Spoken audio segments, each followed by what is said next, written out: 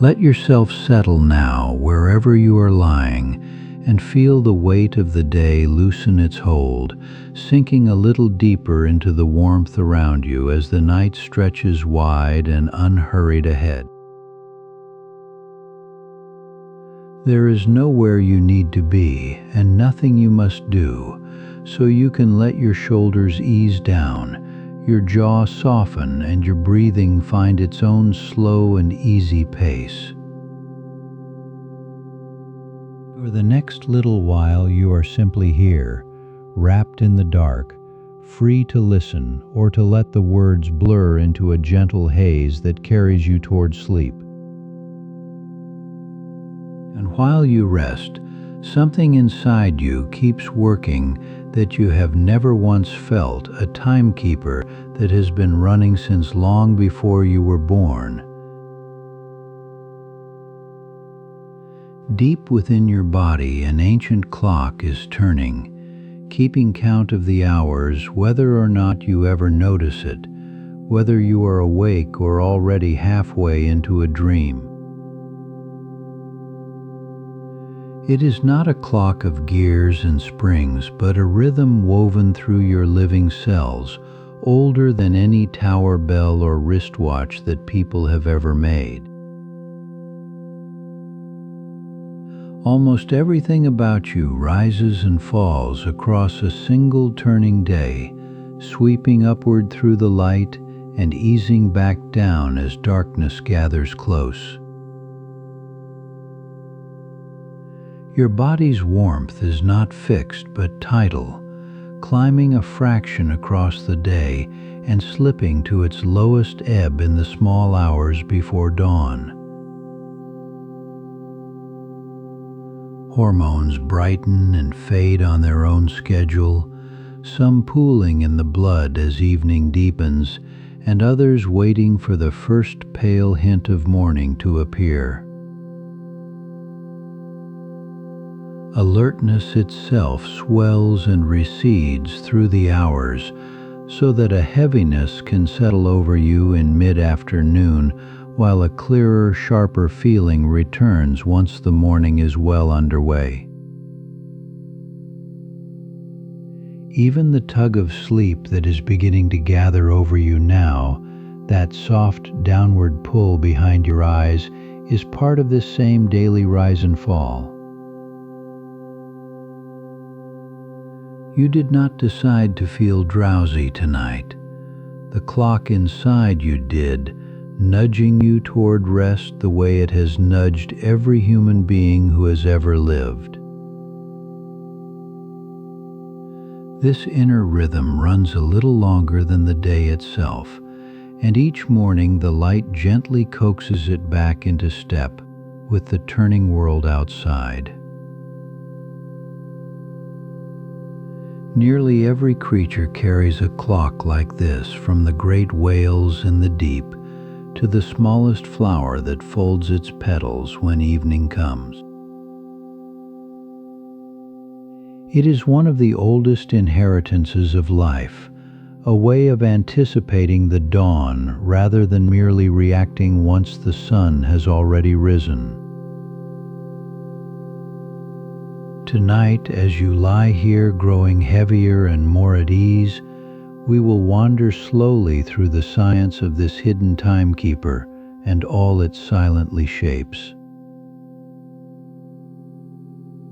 You will not need to remember any of it, for the ideas are meant to be a warm current beneath you, something to float upon as you sink towards sleep. So breathe out once more, let the mattress hold you completely, and let us begin our unhurried journey into the clock you have carried, unfelt all along.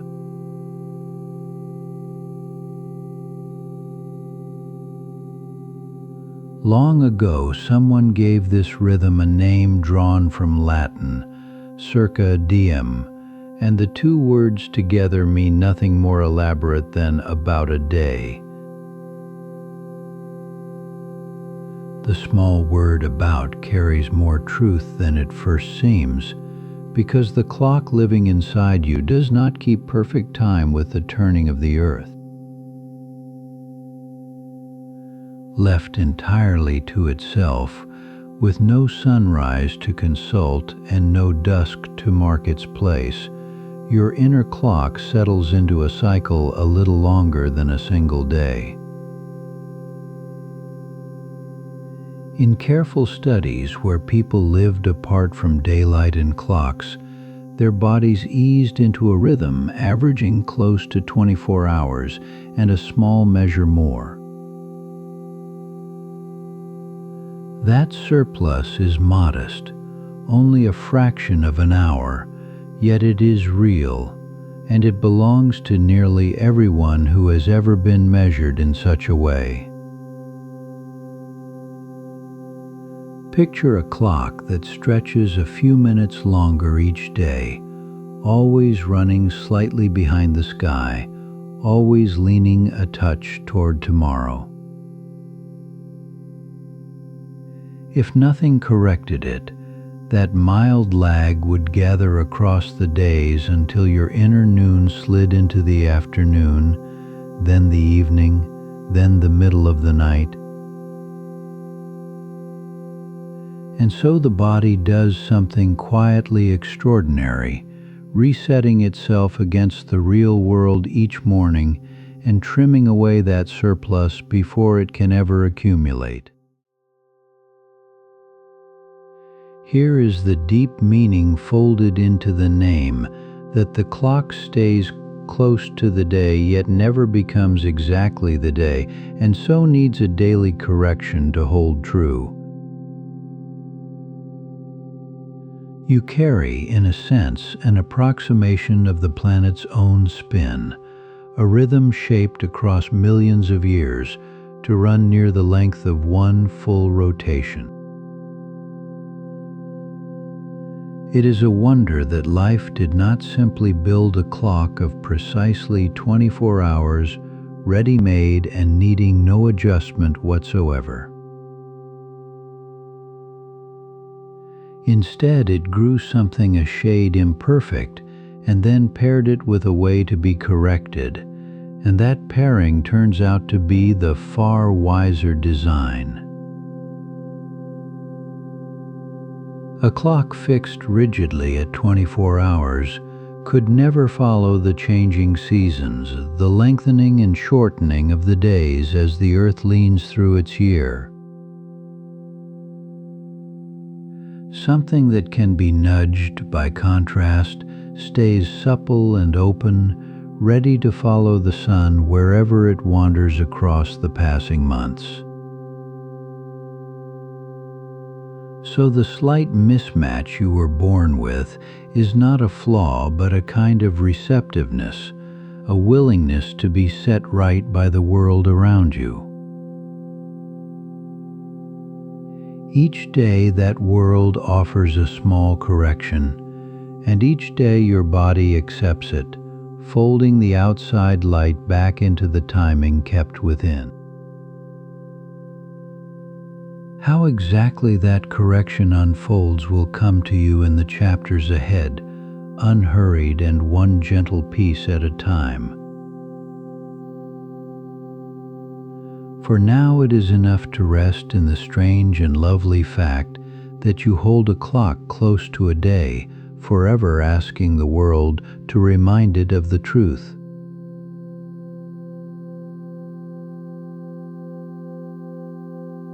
Somewhere deep within your head, well below the folds of thinking and remembering, there rests a tiny cluster of cells whose only work is to keep the time, faithfully, whether you're awake or long asleep.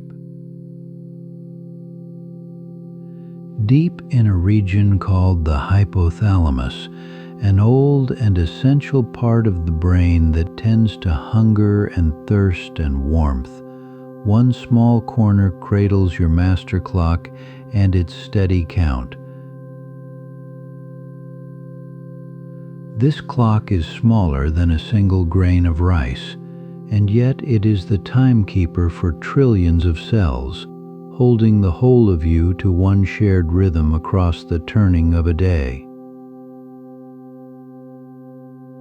Its full name is the suprachiasmatic nucleus, a long word that simply describes where it sits.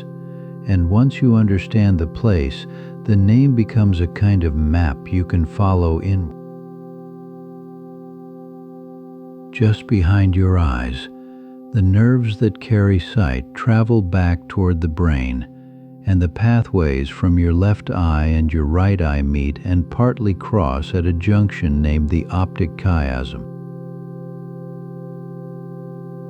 Your master clock sits directly above that crossing point, which is exactly what its name is telling you, for supra means above and chiasm marks the place where those seeing nerves exchange. There is nothing accidental in how near the clock rests to the roads of vision, for light is the great signal that keeps it true, and this closeness lets word of the day arrive without delay. Within this small structure live only about 20,000 nerve cells, a modest number for a brain that holds many billions, and yet these few faithfully govern the timing of nearly everything else. Each one of those cells is itself a kind of tiny oscillator, rising and falling in its own near-daily cycle, humming along even when it is lifted out and studied alone. Left to themselves, such single cells would each keep slightly different time, the way a room full of pendulum clocks might slowly wander out of step with one another. But gathered inside this cluster, they are woven together, listening and answering, nudging one another back toward agreement until thousands of separate rhythms settle into a single unified beat that holds them all. The most fitting image is an orchestra gathered before the music begins, each player holding an instrument that could sound alone, yet all of them waiting for one shared sense of when to start. Your suprachiasmatic nucleus is the conductor standing before them, not sounding a single note itself, but shaping the tempo that lets every distant section come in together and stay in time with the rest. From this small seat, it sends its timing outward along nerves and through the tides of certain hormones, reaching the sleeping brain, the beating heart, and organs you never pause to think about. Because of it, your temperature, your alertness, and the slow tuning of countless inner processes all follow a rhythm that traces back to one modest bundle of cells above the eyes. This small conductor asks nothing of you and needs no winding, keeping its count through every single hour, whether you happen to be working or resting, aware of it or wholly unaware. You will never feel this clock ticking, and there is no need to, for its steadiness is the very thing that lets the rest of you loosen and soften and let go. So as the day releases its hold, you might picture that faithful conductor deep within, holding the beat unhurried and sure, carrying you gently toward the rest that has been waiting for you all along.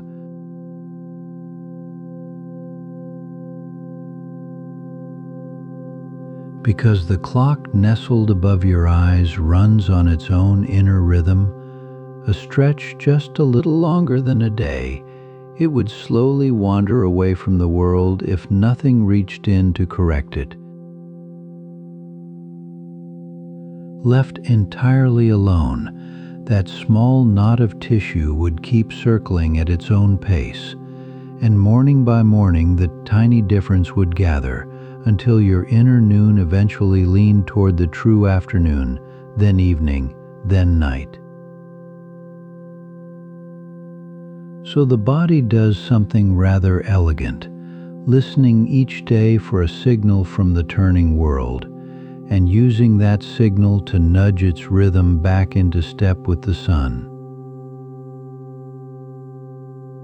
Scientists gave this kind of outside cue a lovely German name, a Zeitgeber, which means simply a time giver, a thing beyond you that hands your inner clock the hour. Many mild cues can serve as time givers: the warmth of a meal, the rhythm of movement, the sounds of a household waking, yet one stands far above the rest in power. That sovereign signal is light, the plain brightening and dimming of the day, which the clock reads as surely as a sundial reads a shadow drawn across stone. Bright morning light, the kind that pours in as the sky turns pale, tells the clock that the day has begun a touch early and coaxes its rhythm to run a little ahead. When that same brightness arrives late, long after dusk should have folded the day away, it whispers the opposite, that the day is not yet finished, and it eases the whole rhythm later. Between those two pulls, the clock is tuned like a string, tightened a little by the dawn, and loosened a little by a bright evening, always seeking the note that matches the sky. This is what researchers call entrainment, the graceful locking of an inner cycle onto an outer one, the way a swing settles into time with a hand that pushes at just the right moment. Morning and evening are the hours when the clock is most willing to be moved, as though it leaves its doors open at the edges of the day and closes them near the middle. Across the long, flat stretch of afternoon, the same wash of light barely stirs the rhythm, for the clock has already made up its mind about where noon belongs. When brightness finally fades and the world grows dim, the clock is asked to do nothing at all, only to settle into the pace it has been given and let the hours pass. Darkness, then, is not merely the absence of the setting signal. It is the calm in which the day's adjustment quietly takes hold, and the rhythm rests where the light has left it. Repeated dawn after dawn, this small daily correction is enough to hold your inner day locked to the outer one, so your body's midnight and the sky's midnight stay close companions. It is a beautifully forgiving arrangement, for the clock never needs to be perfect on its own. It only needs to be reset kindly by a world that brightens and darkens without fail.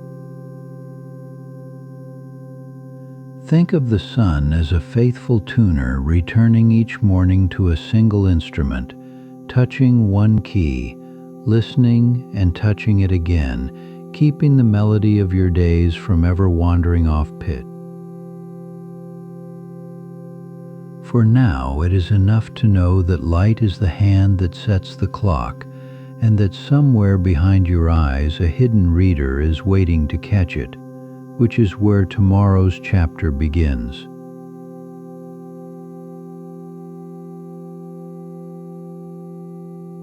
For most of your life, you have thought of the eye as a maker of pictures, a lens gathering the world and folding it inward, and in this you are only partly right, because tucked within the same delicate tissue is a sensor that was never meant to see.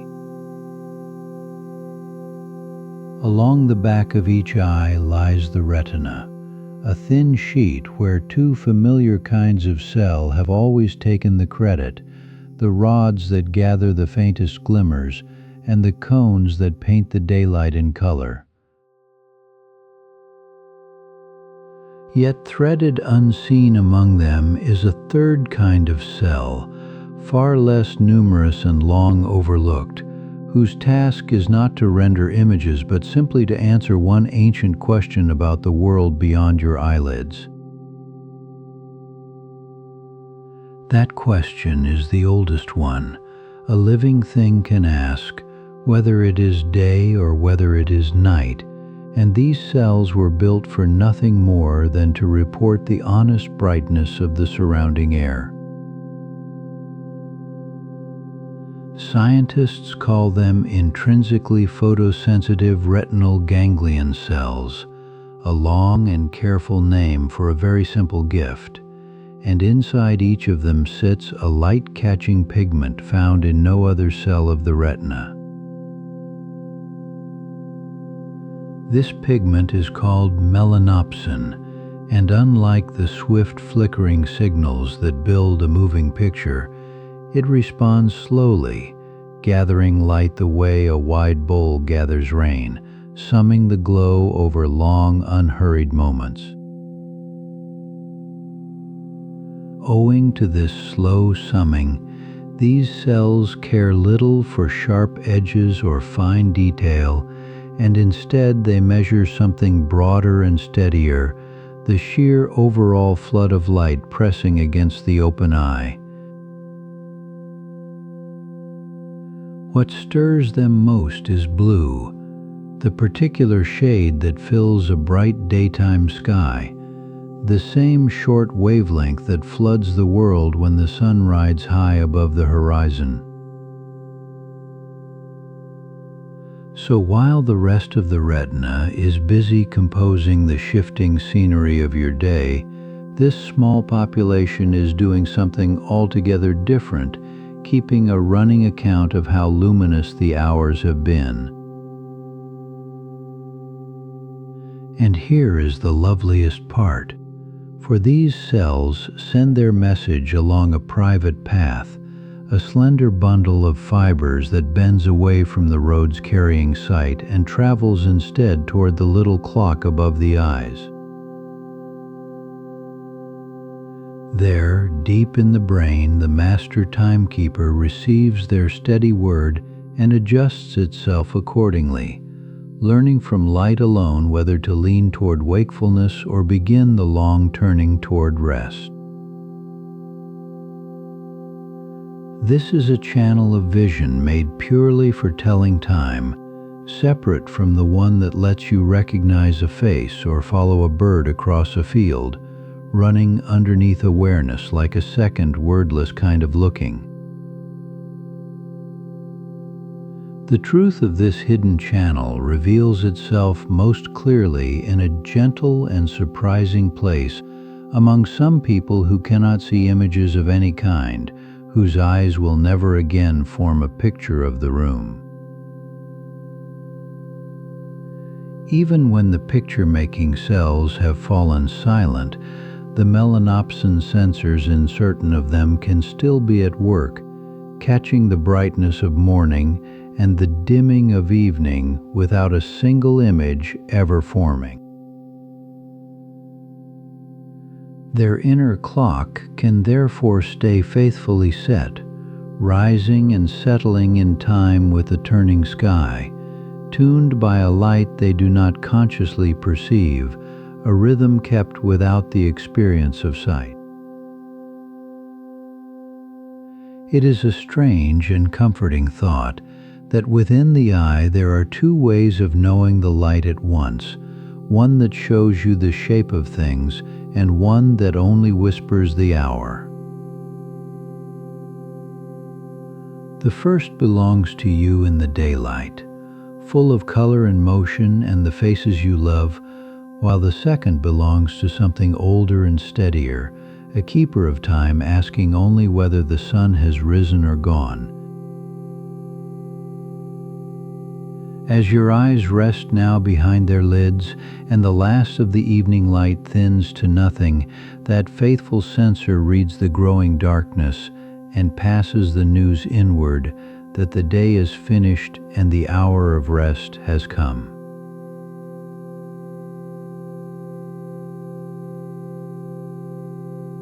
As the evening light begins to thin, and the world outside your window turns from gold to gray, something ancient stirs deep within your brain, a small announcement that the day is finally letting go.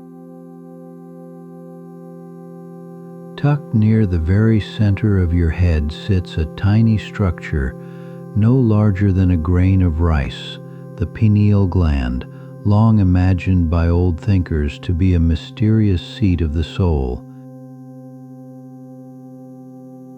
What it truly does is far more tender than any legend, for as darkness gathers, it begins to release a molecule called melatonin into your blood, spreading the news through every corner of your body.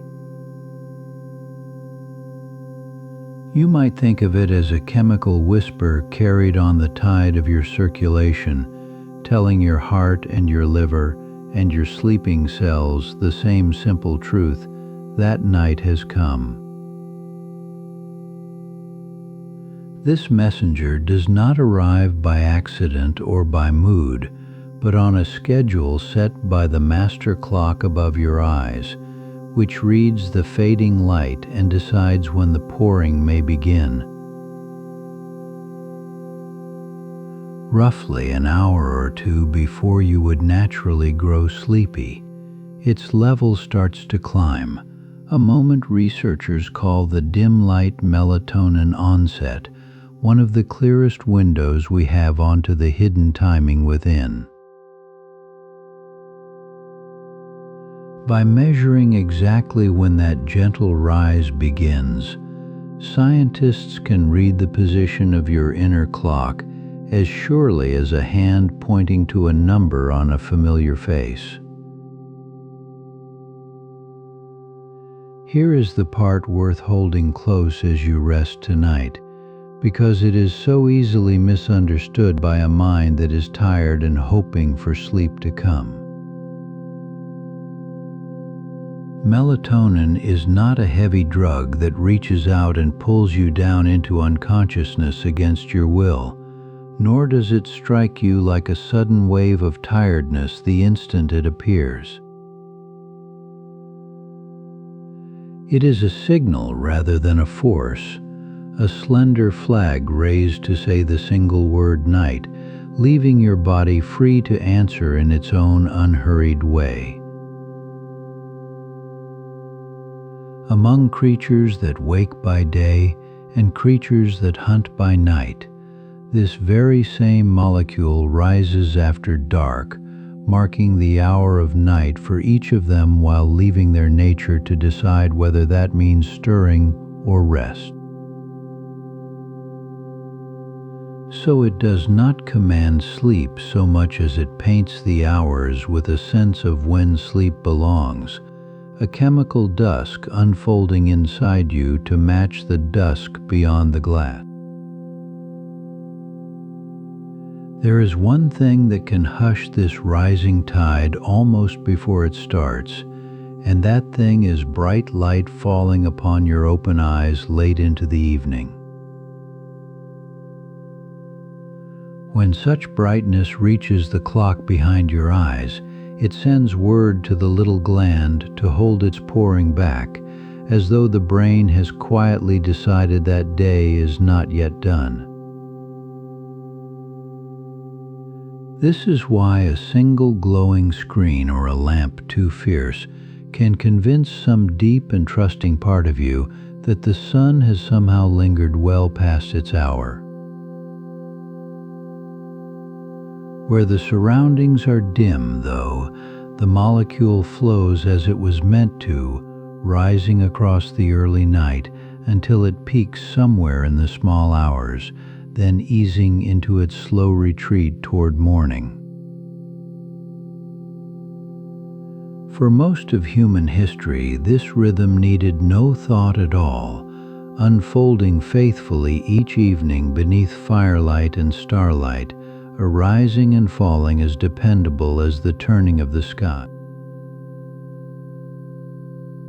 And so tonight, as the last brightness leaves the room, that grain of a gland is already at its ancient work, letting the hormone of darkness gather and carry its old wordless news through you.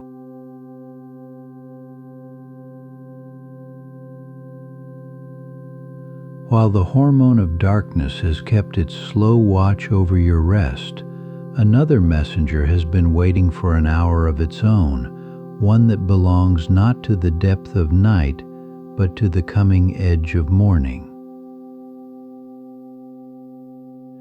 Its name is cortisol, and though it is often spoken of as the hormone of stress, its older and steadier role is far more tender, for it is part of how the body readies itself to rise. In the last few hours of sleep, long before your eyes open, and while the room is still dim, cortisol begins to climb, gathering toward morning the way a tide gathers itself unhurried toward a shore. This ascent is not a reaction to anything around you, not to a sound or a movement or the first gray light at the window, but a rhythm written from within and unfolding on a schedule all its own. The rise reaches near its highest point around the very moment of waking, a swell so reliable that researchers have given it a name, calling it the cortisol awakening response. In the half hour after you first stir, this messenger tends to lift a little higher still, as though the body were drawing a slow breath and preparing itself to meet whatever the day might hold. Cortisol helps rouse the sleeping systems within, encouraging the liver to release a little stored sugar for the hours ahead and lending a soft readiness to muscles that have lain still through the night. Think of it less as an alarm and more as a caretaker who moves through a darkened house before anyone wakes, easing open the shutters and warming the rooms so that morning arrives already prepared. Where the hormone of darkness told your body that night had settled in, this dawn messenger carries the opposite tidings, a small announcement that rest is nearing its close and light is on its way.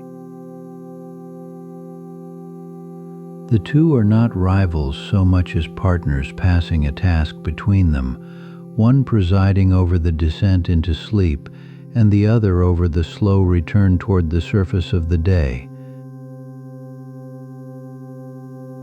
Across the waking hours that follow, cortisol does not hold its height, but ebbs away by degrees, sinking through afternoon and evening like a long slope easing down toward the sea.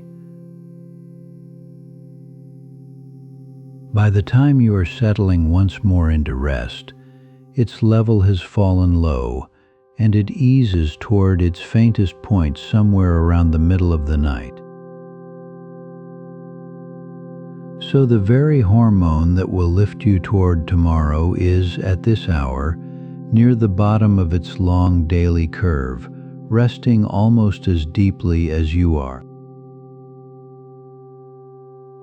What moves me about this pattern is how little it asks of you, for you need not decide to prepare for morning, nor even know that the preparing is already underway. The body has learned across countless turnings of the earth that dawn will surely come, and it begins to make ready for that dawn from the inside without ever being told.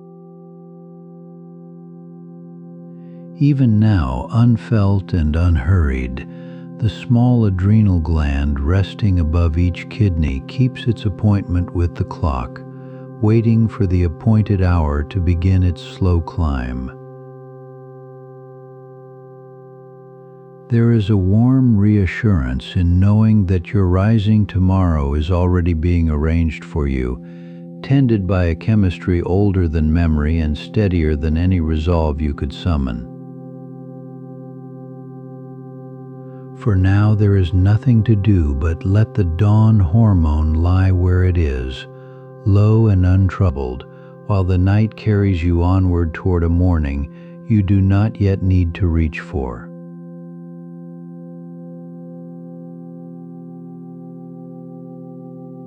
Beneath the surface of everything you feel, your body carries a warmth that is not fixed but moving, a slow inner tide that rises and falls across the hours with a rhythm you were never taught to notice.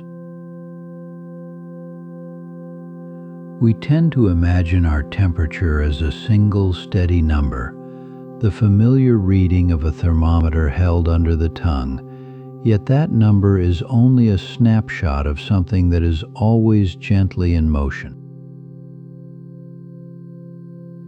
Deep inside you there is a core temperature, the warmth of the organs and the blood that keeps them company, and this inner warmth swings through a small, dependable arc from one day into the next. The size of the swing is modest, only about a degree or so across the whole span of a day, but that quiet difference is enough to shape how alert or how sleepy you happen to feel. In the hours before dawn, when the world outside is stillest, your core reaches its coolest point, usually settling to its lowest a couple of hours before the time you would ordinarily wake.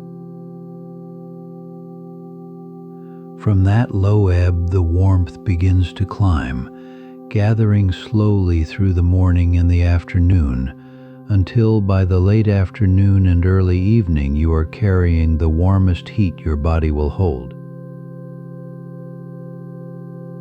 There's a certain wisdom in this shape because the body runs a little brighter when it needs to meet the world and eases itself downward when the day begins to close. As evening arrives and the light grows thin, that tide turns and starts to fall, and this cooling is not a side effect of rest, but part of the very machinery that lets rest begin. Your body opens the small vessels near the surface of the skin, in the hands and the feet especially, letting heat slip outward into the room so the core within can settle lower. This is why warm hands and warm feet are so often companions of drowsiness, for they are the visible sign of inner heat being released, of a body loosening its hold on the day. The falling curve of temperature and the coming of sleep are woven together, each helping the other along, so that the descent into warmth's low point and the descent into rest move as one. All of this unfolds on a schedule the body keeps for itself, timed by the same inner clock that governs so many of your daily rhythms, needing no thought and asking nothing of you. Even were you to lie in an unchanging room with no clocks and no windows and no sense of the passing hour, this tide would still rise and ebb on almost exactly its usual course. That steadiness is a kind of quiet reassurance, a proof that the warmth beneath your skin is not tossed about by every passing moment, but held to a slow and faithful measure. Across the deepest part of the night, the cooling continues its gentle work, carrying you toward that pre-dawn trough where the body rests lowest and the mind sinks furthest from waking. And then, unhurried, the turn comes again, and the warmth begins its long, gradual climb back toward morning, lifting you by degrees out of sleep before you have any notion of the change. You need do nothing to keep this tide flowing, for it has risen and fallen within you every day of your life, an old and reliable current running beneath thought and beneath dreaming alike. So as you rest now, you might imagine that ebbing warmth as a slow sea inside you, drawing back from the shore of the day, settling into its cool and peaceful low.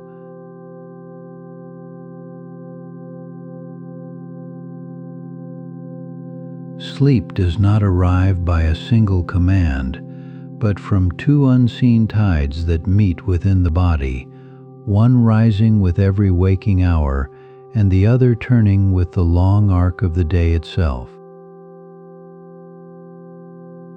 The first of these is something researchers call sleep pressure, and it builds steadily the longer you have been awake, a weight that gathers in the mind through morning, into afternoon, and on toward evening.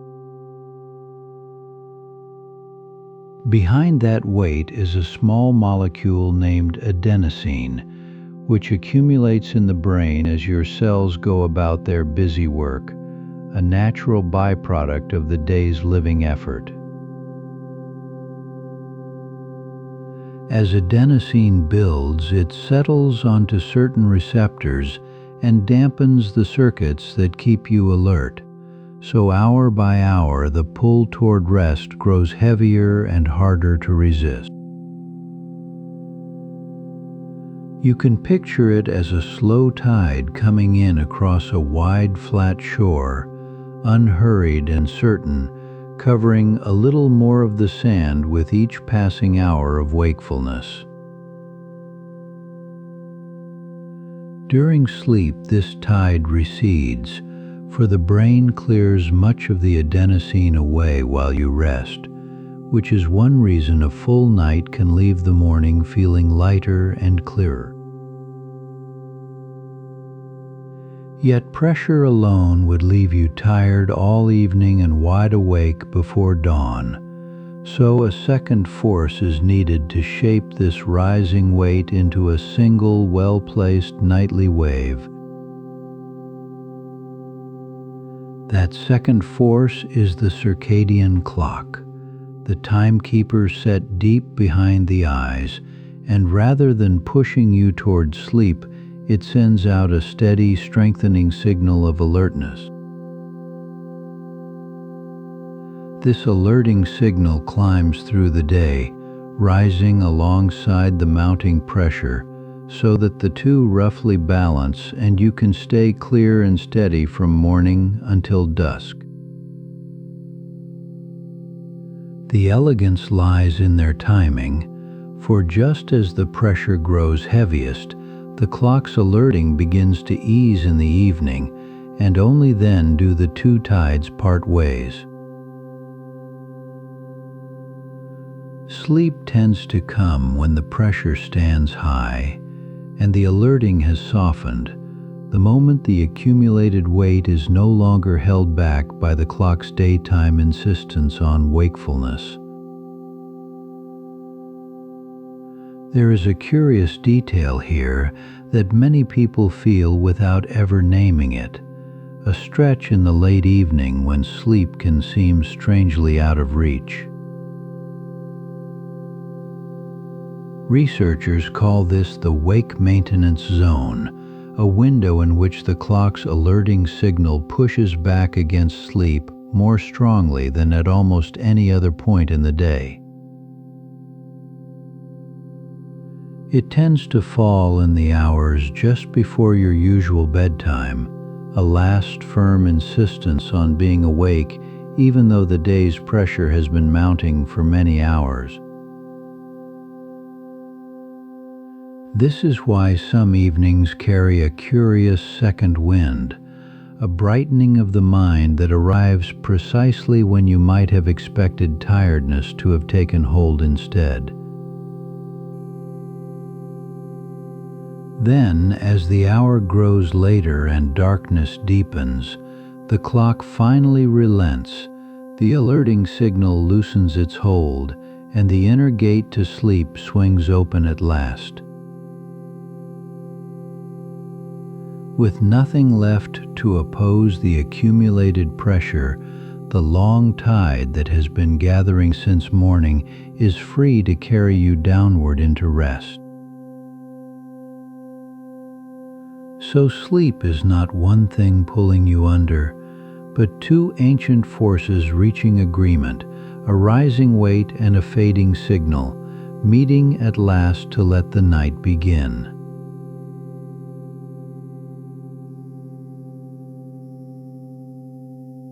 For a long time it seemed natural to imagine that your sense of time lived in one place, tucked behind the eyes, a single clock keeping the whole body on schedule from its small seat in the brain. The truth turns out to be stranger and somehow more beautiful, because timekeeping is not held in one room of you, but scattered generously through nearly every corner of your living tissue. Your liver keeps its own rhythm of roughly a day, rising and falling in readiness to handle the food you eat, and it does this whether or not the brain is telling it anything. Deeper in, the lining of your gut runs on a similar daily cadence, preparing for meals and then easing, so that digestion itself becomes a kind of tide that turns with the hours. Even your skin, the outermost layer meeting the world, carries cells that count out the day, dividing and repairing more at some hours than at others. Your kidneys keep time too, adjusting through the night how much water they hold and release, which is one reason the body asks a little less of you while you sleep. Beneath its steady beat, the heart carries a daily rhythm of its own, and so do the lungs, the muscles, the fat and tissues you have never once thought about. Almost every organ, it seems, holds a small timepiece of its own, each one ticking through a cycle that comes close to a single turn of the day, yet is rarely exact. The most astonishing proof of this came from cells lifted out of the body entirely and kept alive in a shallow dish under steady laboratory light. Cut off from the brain, from the sky, from any hint of morning or evening, those isolated cells went on keeping time anyway, rising and falling for days on end. A patch of liver tissue in glass, knowing nothing of dawn, will still swell and settle through its rhythm as faithfully as it once did within the warm interior of the body. So the clock is not a single object you could point to, but a property woven into life at the scale of the cell, repeated many billions of times over throughout you. This raises a lovely question, one the body has answered with real elegance, for what keeps all these countless little clocks from wandering off into their own separate times? Left to themselves, each cell would run a fraction fast or slow, and within weeks your liver might believe it was noon, while your skin insisted on midnight. Here the small cluster of neurons above the eyes returns to its role, not as the sole keeper of time, but as a conductor standing before an enormous orchestra. It reads the light of day and then sends its signals outward through nerves and hormones, gently nudging every organ to begin its measure at the same shared moment. Like a conductor lifting a baton, that brain clock plays no single note itself, and yet it holds the trillions of players together in one unhurried, common tempo. And so, as you rest tonight, picture that vast hidden orchestra inside you, each cell keeping its own faithful beat, all of them gathered into a single sweeping rhythm that is unmistakably yours.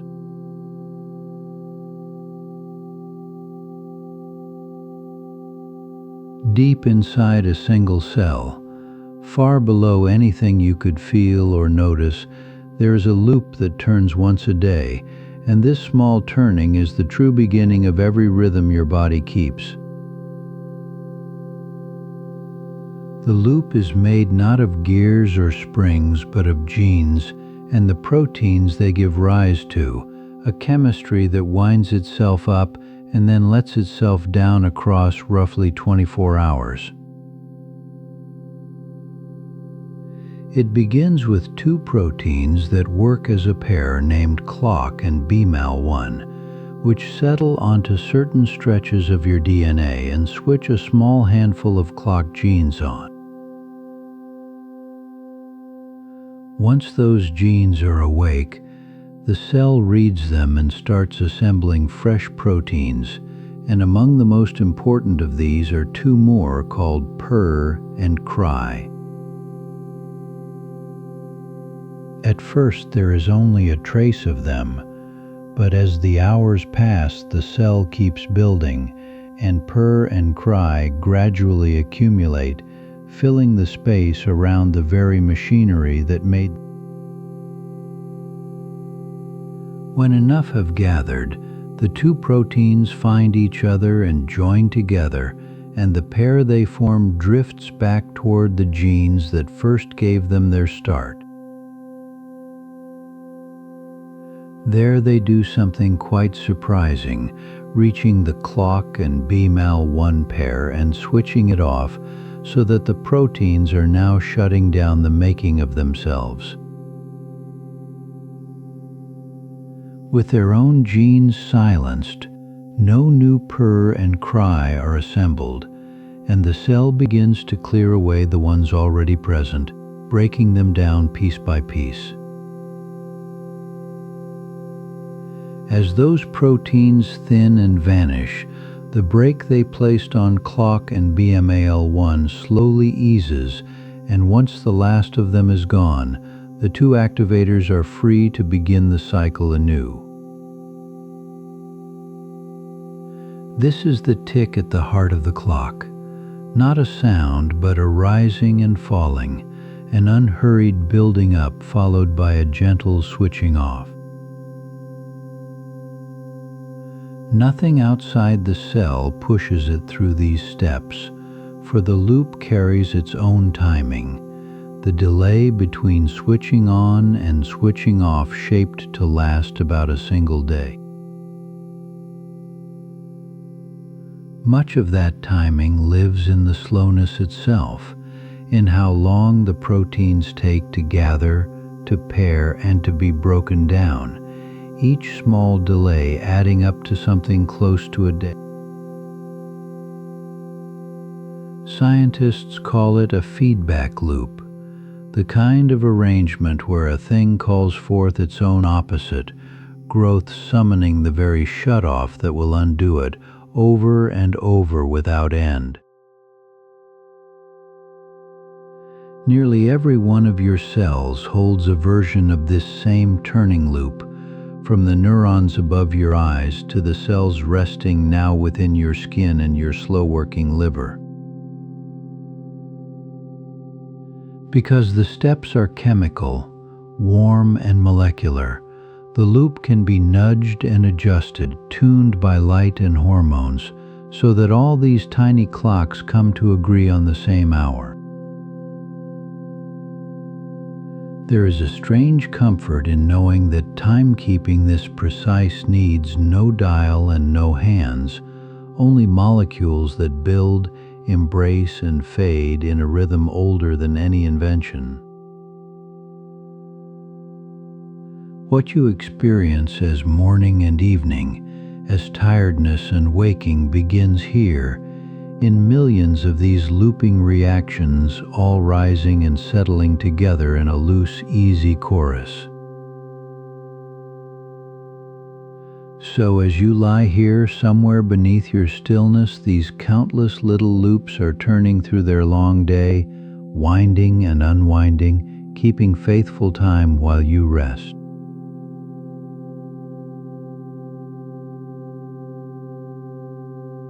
For all the wonder of a clock ticking inside your cells, the story of how anyone first found its gears begins not with a person at all, but with a tiny fruit fly, the little insect that hovers over ripe summer peaches.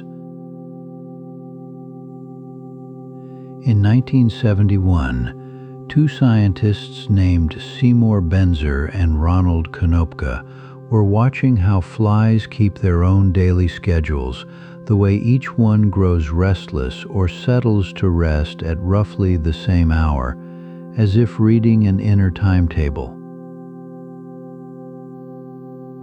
Among the ordinary flies, they noticed a rare few behaving strangely, insects that had somehow mislaid their steady inner timing, and each of the three kinds had gone astray in its own surprising way.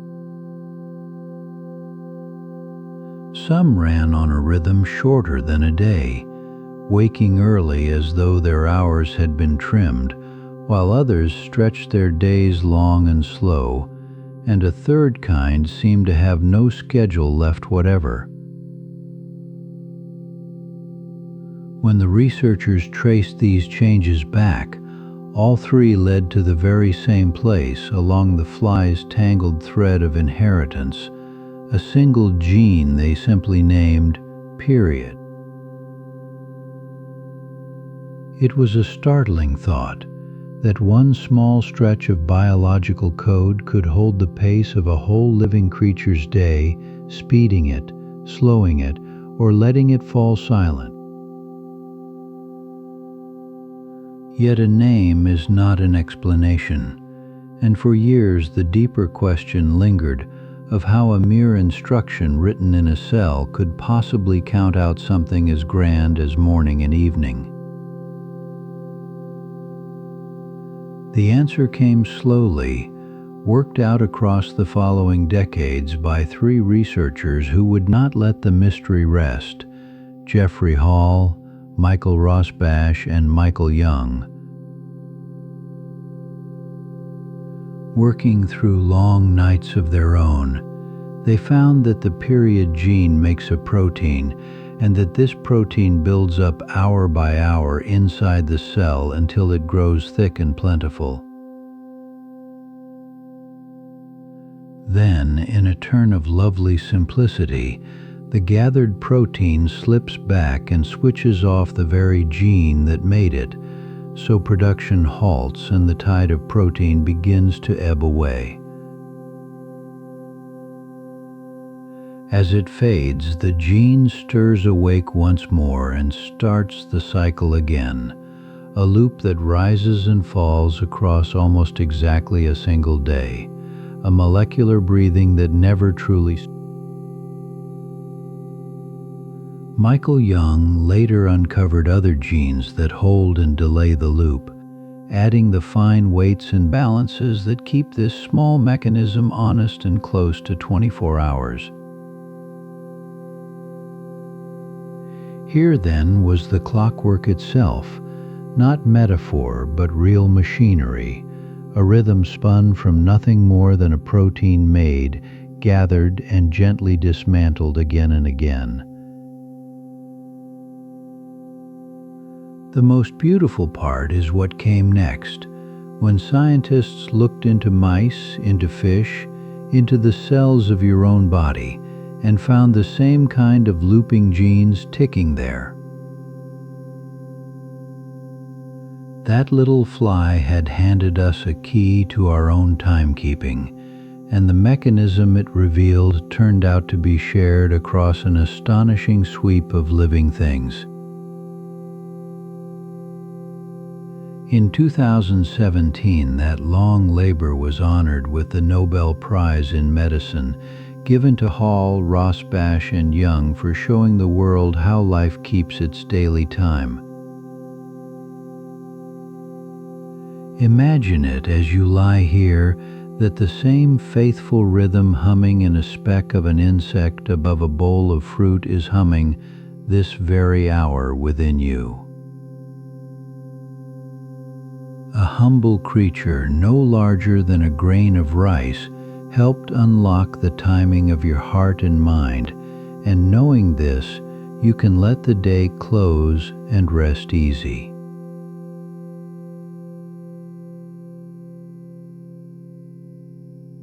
Imagine being sealed away from every trace of the sun, deep beneath the earth in a cave or a windowless room, with no daylight and no clock to tell you whether it is morning or midnight.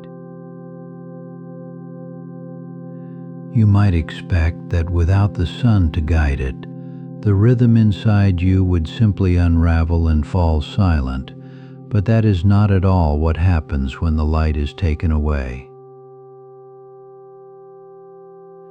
Instead, the inner clock keeps turning, faithfully counting out its days and nights from within, sending you to sleep and waking you again on a schedule it carries entirely in its own gear.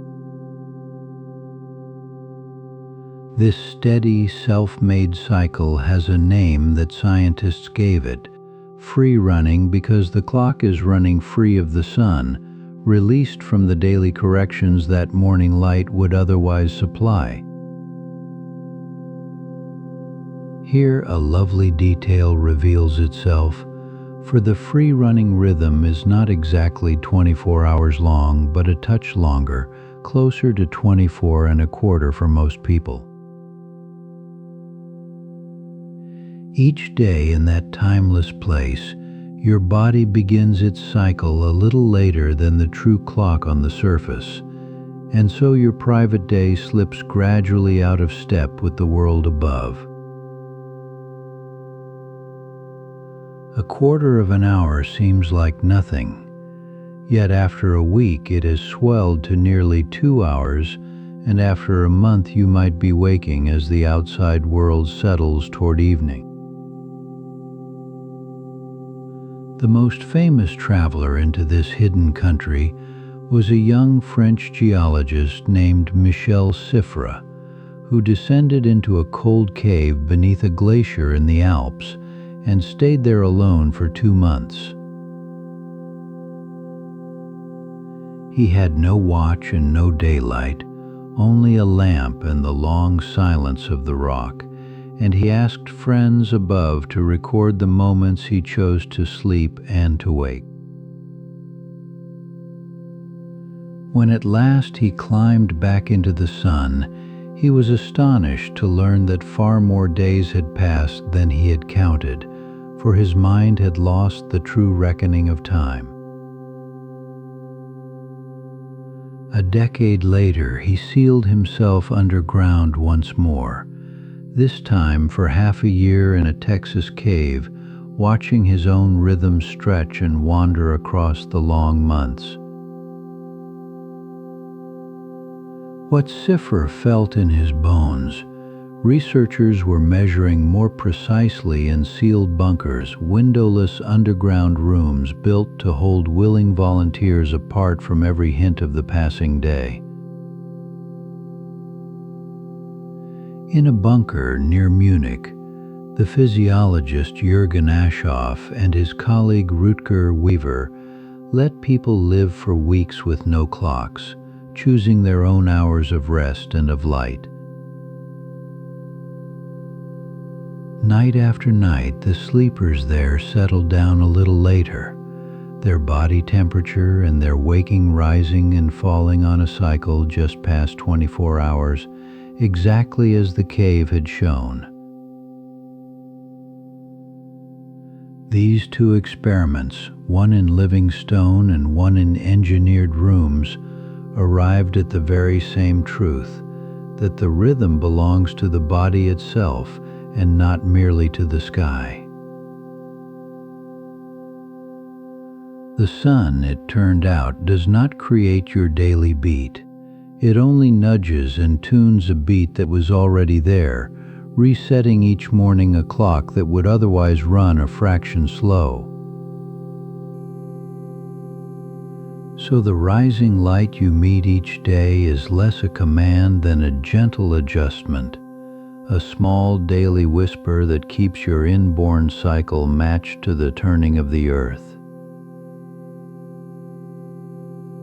Knowing this, you can rest easy tonight, aware that even in the deepest dark your own clock would carry on, keeping faithful time in a hidden room that never needs the sun.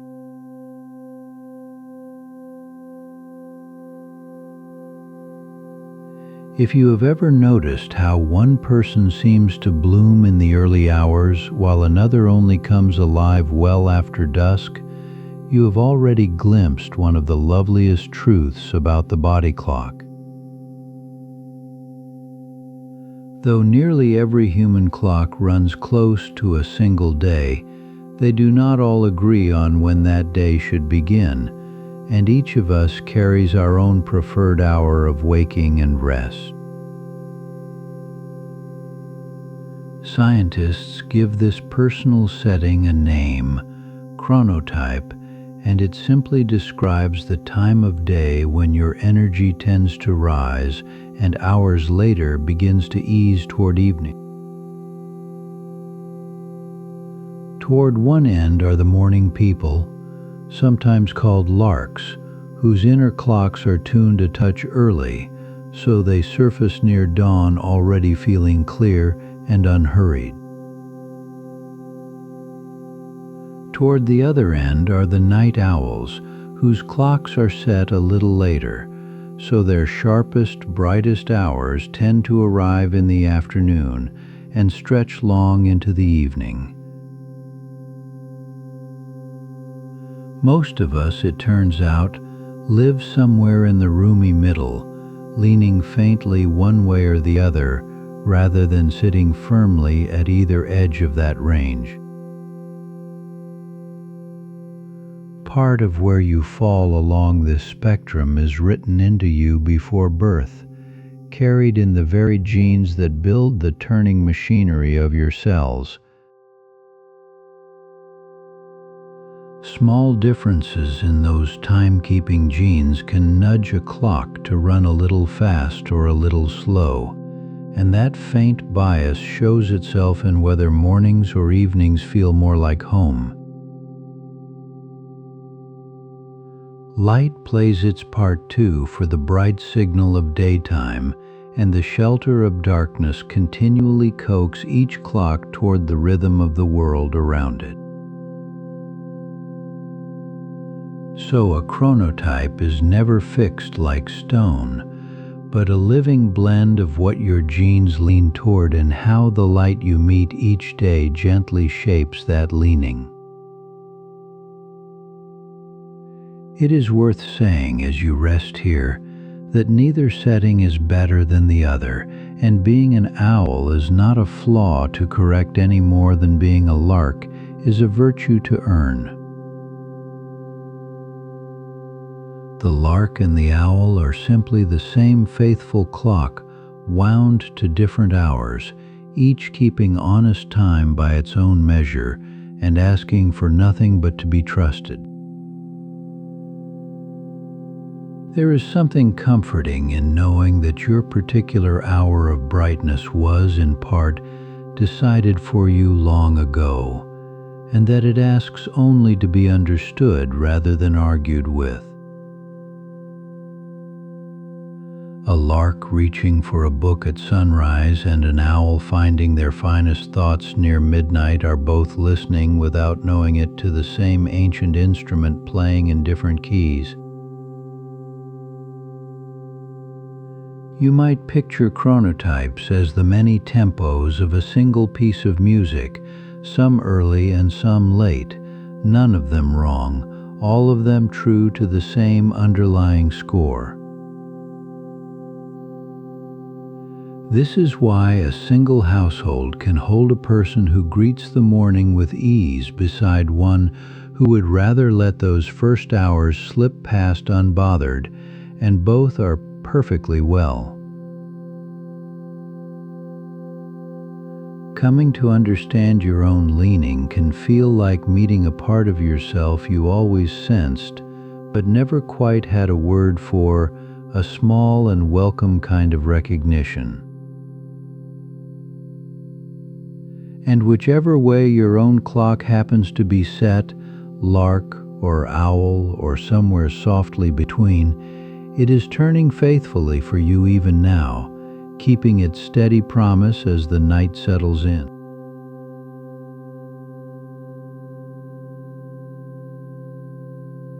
There is a tender truth about the years of growing up, one written not into willpower or character, but into the timing of a hormone, and it helps explain why the young so often feel most awake once the rest of the house has gone dark. Somewhere in the early teenage years, the inner clock that governs the evening begins to lean later, holding off the nightly rise of melatonin until an hour when a younger child would long since have slipped into sleep. Because that inner signal of darkness now arrives later, the natural pull toward sleepiness arrives later too, and the growing body simply is not yet ready to rest at the time it once was. This is biology unfolding on its own schedule, a genuine change in the timing of the clock, and it is neither stubbornness nor a lack of discipline in those who happen to live through it. Were the mornings left entirely open, most teenagers would sleep later into them as well, waking on their own at an hour that matches their delayed evening, and closing the circle of a clock that has simply moved. You might picture the whole daily rhythm easing later along the hours, the sleepy edge of night arriving after its old time, and the easy waking of morning arriving later to match it. Researchers who study sleep have watched this pattern appear again and again across many countries and many kinds of lives, which suggests it belongs to human development itself rather than to any single household or habit.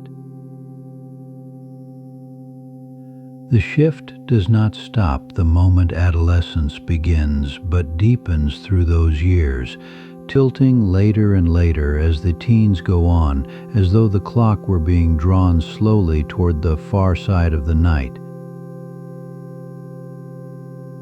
It reaches its very latest somewhere around the close of the teenage years, a kind of turning point where the tendency toward lateness grows stronger than it will be at any other stage of a whole life. Some scientists have even suggested that this reversal, the moment the clock stops moving later and begins its long return, may be one of the few biological markers of the end of adolescence itself. After that peak, the tide begins to ease back the other way, and across the 20s and beyond the clock creeps gradually earlier until mornings feel a little less like an unwelcome intrusion. None of this would trouble anyone if the world let the young sleep on the schedule their bodies prefer, but the difficulty comes precisely when a late clock meets an early morning. School bells and first alarms tend to ring at hours set for a very different kind of clock, and so a teenager is often asked to be awake and thinking while the inner night is still quietly running. That mismatch is not a sign of weakness in them, only a collision between an ancient rhythm and a modern timetable, two honest timekeepers that happen to disagree about when the day should start.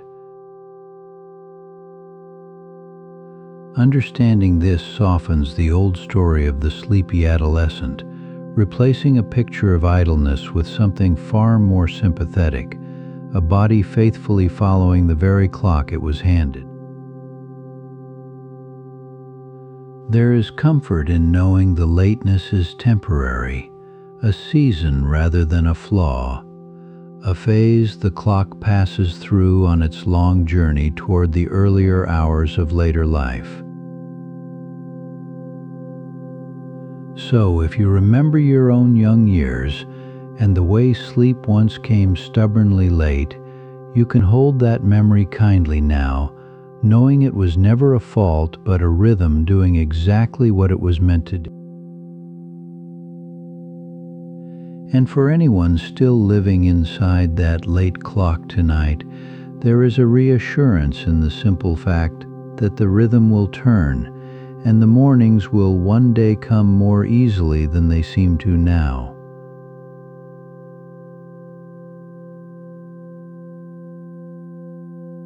A newborn arrives into the world without a settled sense of day and night, sleeping and waking in short scattered stretches around the whole turning of the hours, guided more by hunger than by any inner tide. During those first weeks, the little clock above the eyes is still wiring its connections, so the rhythms of morning and evening have not yet taken hold, and rest comes whenever it happens to come. Slowly across the opening months of life, the pattern begins to gather itself, and longer spells of sleep start to settle into the night, while more of the waking hours find their way into the light. Daylight and darkness, the warmth of a parent's arms, the ordinary rise and fall of a household, all of these gently teach the young clock where the day belongs and where it does not.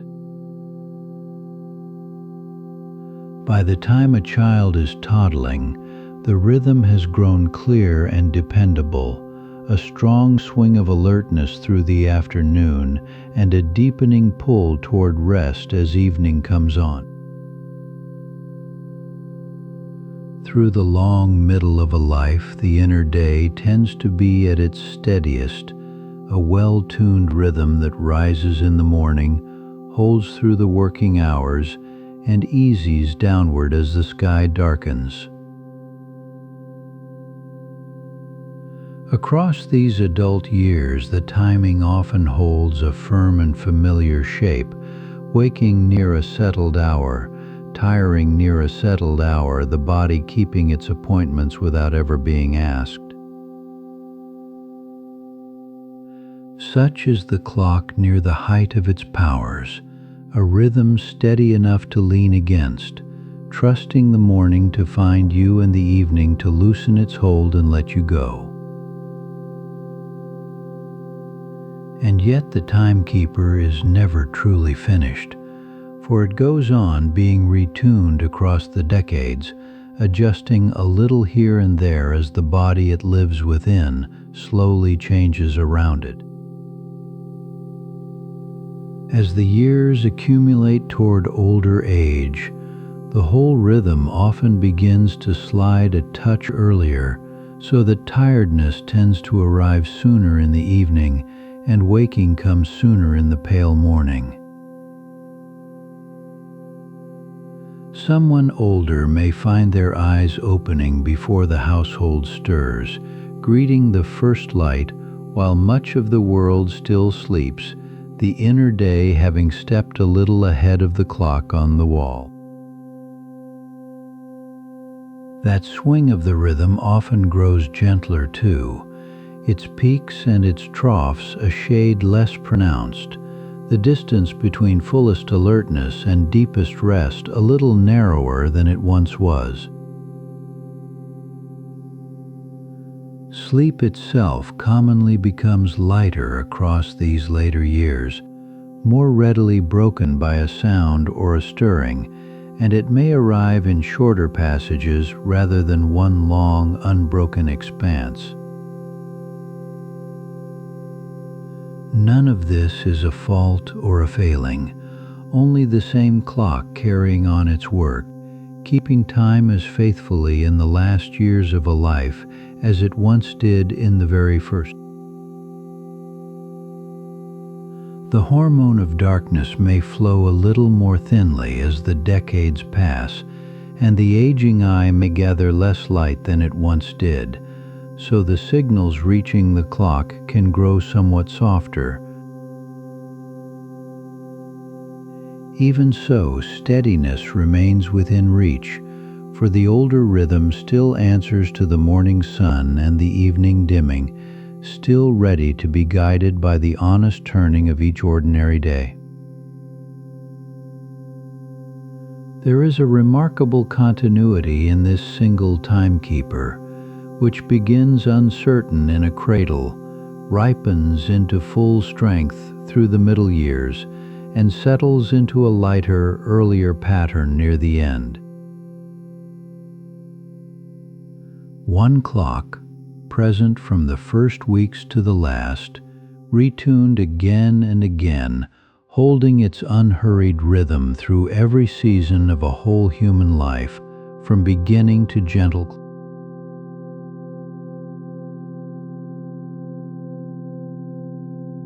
When you step onto a plane and rush across the sky faster than the sun appears to cross it, something curious happens to the clock inside you that no window seat can quite explain.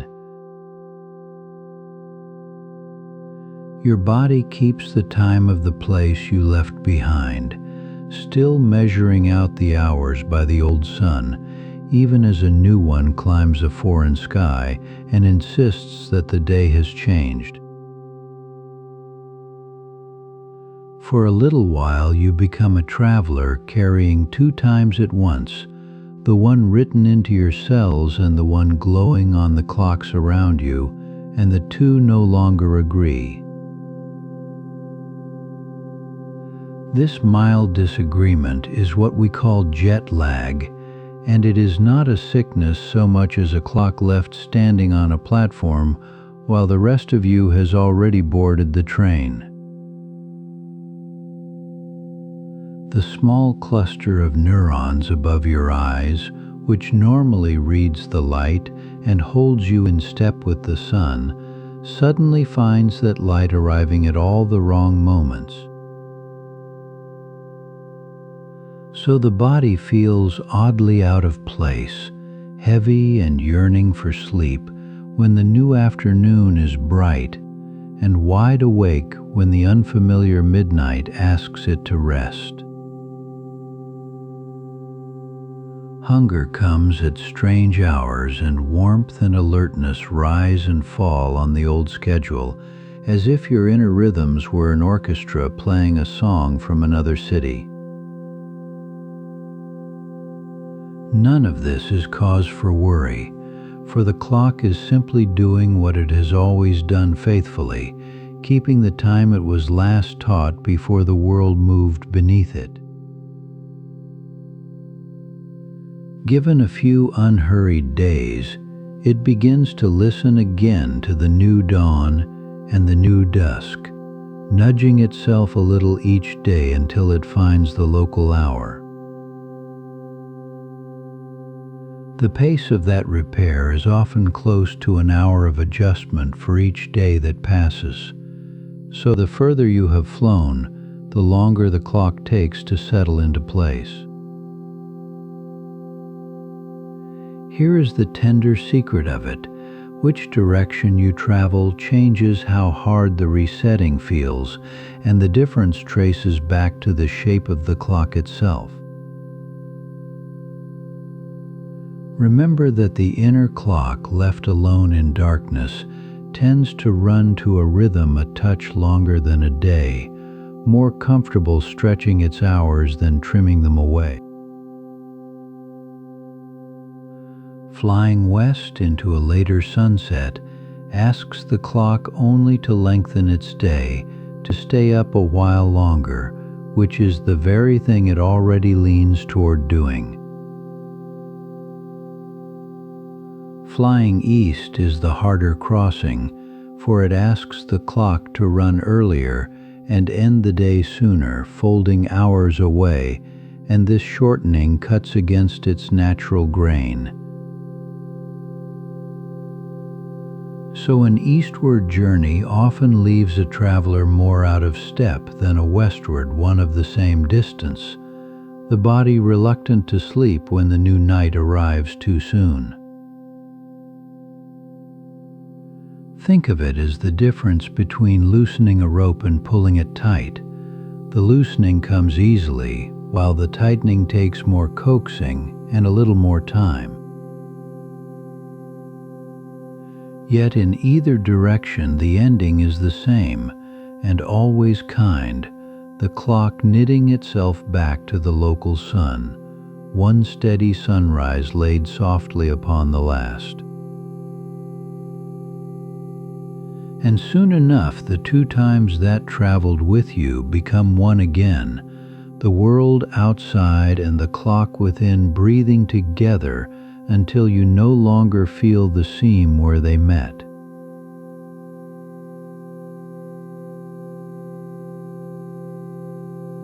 Long before electric light, your ancestors woke with the brightening sky and settled as it dimmed their inner clock, and the turning world kept loosely, comfortably in step with one another. Modern days have loosened that old agreement because the hours we keep are now set less by the sun than by schedules, alarms, and the glow of screens that stretch our evenings later than the body would choose. On working mornings, an alarm often calls you upward before your inner clock has finished its night, pulling you from sleep at a moment your body still counts as darkness. Then, when free days arrive and no alarm intrudes, you tend to fall asleep later and wake later, sliding toward the timing your own clock quietly prefers. Researchers have a name for the gap between those two selves, the scheduled weekday one and the unhurried weekend one, and they call it social jet lag. It is jet lag without a single mile of travel, a mismatch you carry between the clock on the wall and the clock beneath your skin. Each week you nudge yourself earlier for work, then let yourself run later when you can, and the small tug between those timings repeats over and over, like a tide that never quite settles. The size of that gap differs from person to person, wider for the night leaning among us, and gentler for those whose clocks already sit close to the early hours. None of this means anything is wrong with you, only that a clock shaped across millions of years now meets a world that changes its demands faster than any inner rhythm can follow. For some, the pull is far steeper still, because their work belongs to the hours when the body most expects rest. Nurses, bakers, dock workers, and countless others keep the night watch, asked to be alert while every internal signal is whispering that this is the time for sleep. To work through darkness is to ask the body to be awake during its biological night, and then to sleep through the brightness of its biological day, reversing the order the clock has spent a lifetime learning. The inner clock is stubborn in a kindly way, holding to the sun's schedule even when your life has turned upside down, and it rarely surrenders that timing easily. Morning light tells the clock that day has come, so the bright walk home after a night shift can leave a waking signal in the body, one that lingers and argues against the very rest it is about to seek. This is why many who work the night never fully adjust, their clocks caught between the world's daylight and the darkness their labor requires. And it is not a stubbornness of the mind, but of the biology, a system built to keep faithful time rather than to be rewritten week by week. Understanding this brings a certain tenderness toward yourself and toward everyone who keeps the world running through the small hours, working against a clock that was never meant to be overruled. So as you rest tonight, spared for now from any alarm, let your own clock come a little closer to the hour it has always been keeping.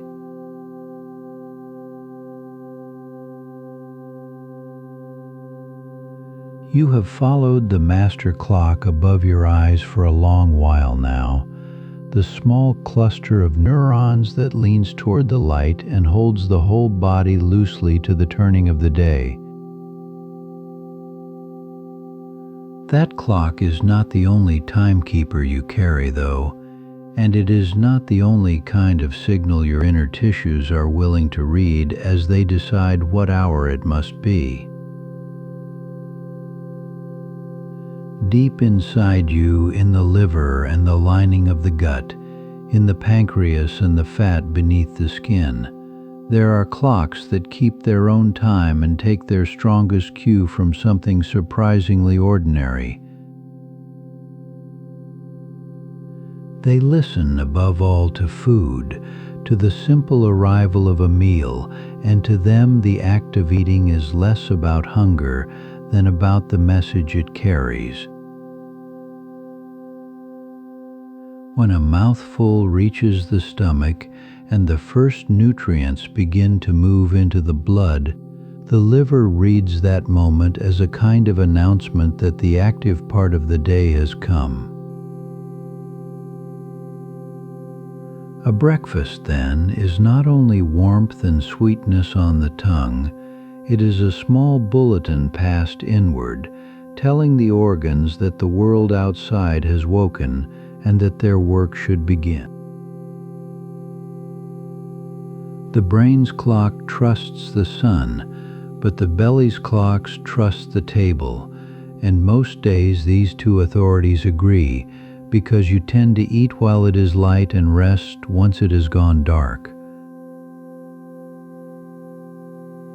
In that easy agreement, the whole body keeps a single hour, every tissue nodding to the same schedule, the light and the meal pointing one way like two hands laid over one another. Yet the inner clocks are stubborn in a lovely way, and if the meals shift, they will follow the meals even when the sun outside is saying otherwise entirely. Feed the body at a strange time, night after night, and the liver will slowly turn toward that new schedule, resetting itself to the food rather than to the fading light beyond the window. For a little while then, the parts of you can keep different times, the brain still holding to dawn and dusk while the liver has already shifted toward the hour of the last meal. This is a gentle sort of disagreement, the master clock and the feeding clocks briefly out of step, each one certain of its own honest reading of the day. Researchers have watched this in careful studies, moving meal times while the light stayed the same, and seen the deep tissue clocks swing toward the food within only a handful of days. There is real wonder in that, in the idea that a single plate can pull an organ's sense of time this way or that, quite apart from anything the sky happens to be doing. Given a steady rhythm of meals, all these scattered clocks settle back into one chorus, the liver and the gut and the brain agreeing once more on where the day begins and ends.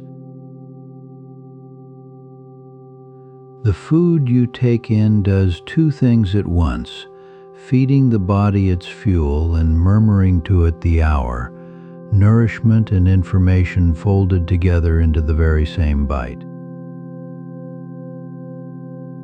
It is a comforting thought to hold as the day closes, that even your stillest organs are paying attention, reading each meal like a small note left about the time. And now, with nothing more to digest, and no message left to send, the inner clocks grow calm, the whole steady household of you leaning together toward rest.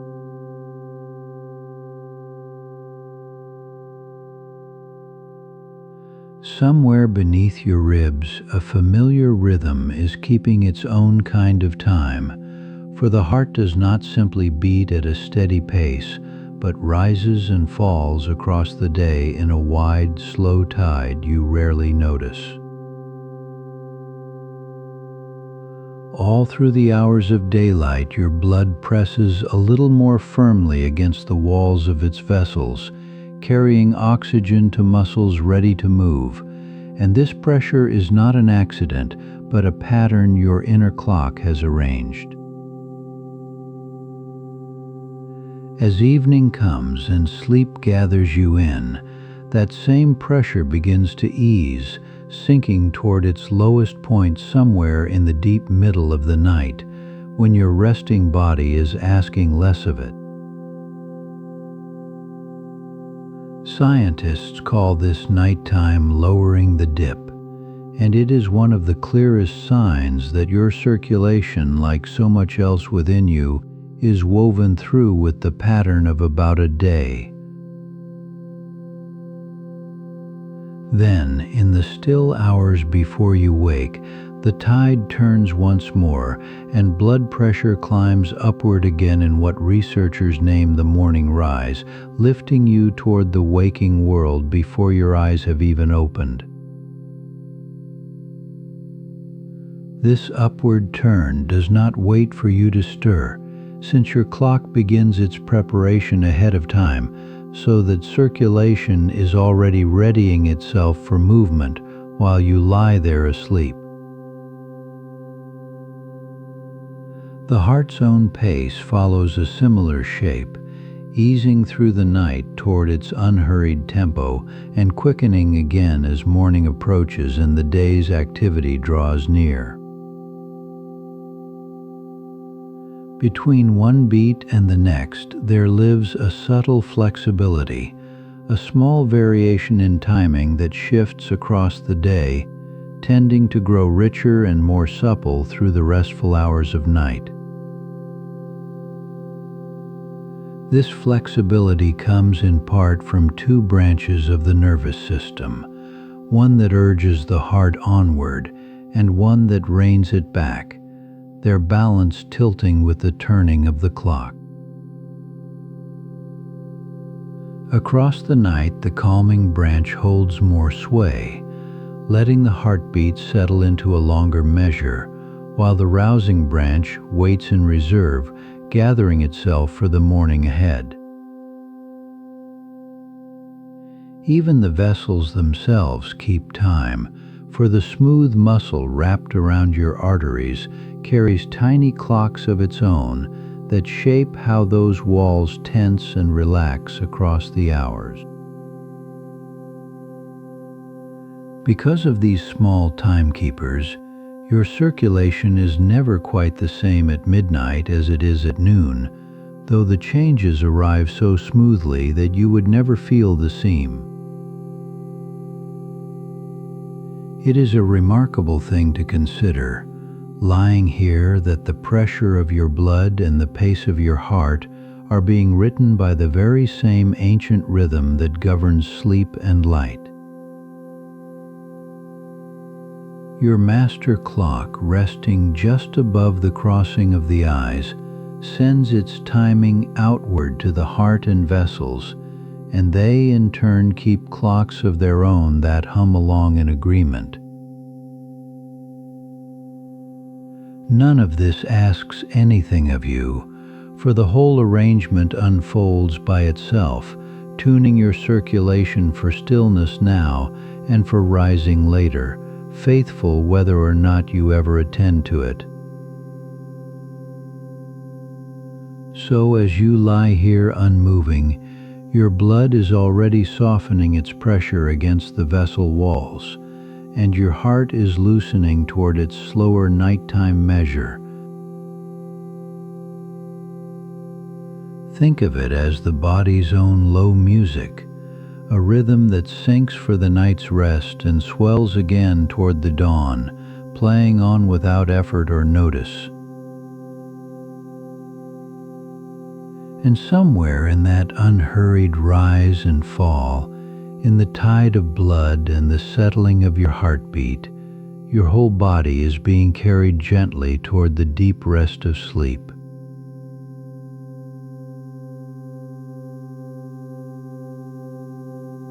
There is an idea still young and full of wonder that a remedy is never only a substance, because the body it enters is not quite the same at every hour of the turning day. You already know that your inner chemistry rises and falls on a schedule, that the liver quickens and slows, that blood pressure climbs toward morning and eases as evening comes, and that your cells open and close their tiny gates in a daily order. Into that living rhythm a medicine arrives, and it meets a body that is absorbing, breaking down, and carrying things away at a pace that itself shifts gently with the clock. And so the very same dose, unchanged in every measurable way, can behave a little differently depending only on the hour it is taken, as if the body itself were setting the terms of the meeting between them. At 1 hour it may be drawn in more readily, at another lingered over more slowly, met by a body that is either wide open to it or already turning inward toward rest. Researchers have given this a name, chronotherapy, the study of how healing might be tuned not only to what is given, but to the moment at which it is offered. It rests on a simple and rather beautiful observation that the troubles of the body often keep their own hours too, rising and fading on a schedule of their own. Certain kinds of pain announce themselves more sharply toward morning. The airways of some sleepers narrow in the deep of night, and the tides of many conditions swell and recede across the day rather than holding perfectly still. If a trouble keeps to an hour, the reasoning gently goes, then perhaps the help meant for it might be offered in step with that same hour rather than scattered evenly across the day. Scientists have watched how some treatments seem better tolerated or reach a little further when they are timed to arrive just before the body's own surge rather than working against it. In parts of cancer care, careful trials have explored delivering treatment on a schedule shaped to the daily rhythm of dividing cells in the hope that healthy tissues might weather it more kindly. Even something as ordinary as when a blood pressure remedy is taken has been studied with real curiosity, asking whether the hour of the dose might change the shape of its effect. None of this is a rule for you to carry or a thing to weigh tonight, only a wonder to hold on to. That timing itself may turn out to be a kind of ingredient folded invisibly into the medicine. This reframes an old and familiar question in a rather lovely way, so that beside the matter of what will help there settles another, almost forgotten one, and that second question is simply when. The answers are still being gathered slowly and honestly, because the body's schedule is intricate and no two people keep quite the same time, each clock reading the day in its own particular way. Yet the direction feels unmistakably right, that a medicine given in step with the body's own music might ask a little less of it and give a little more in return.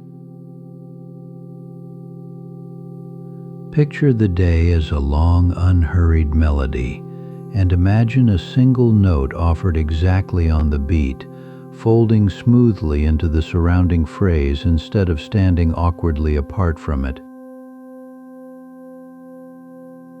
It is a comfort somehow to think that the body keeps such faithful time, and that healing itself may one day learn to move in rhythm with the very hours you're resting through now.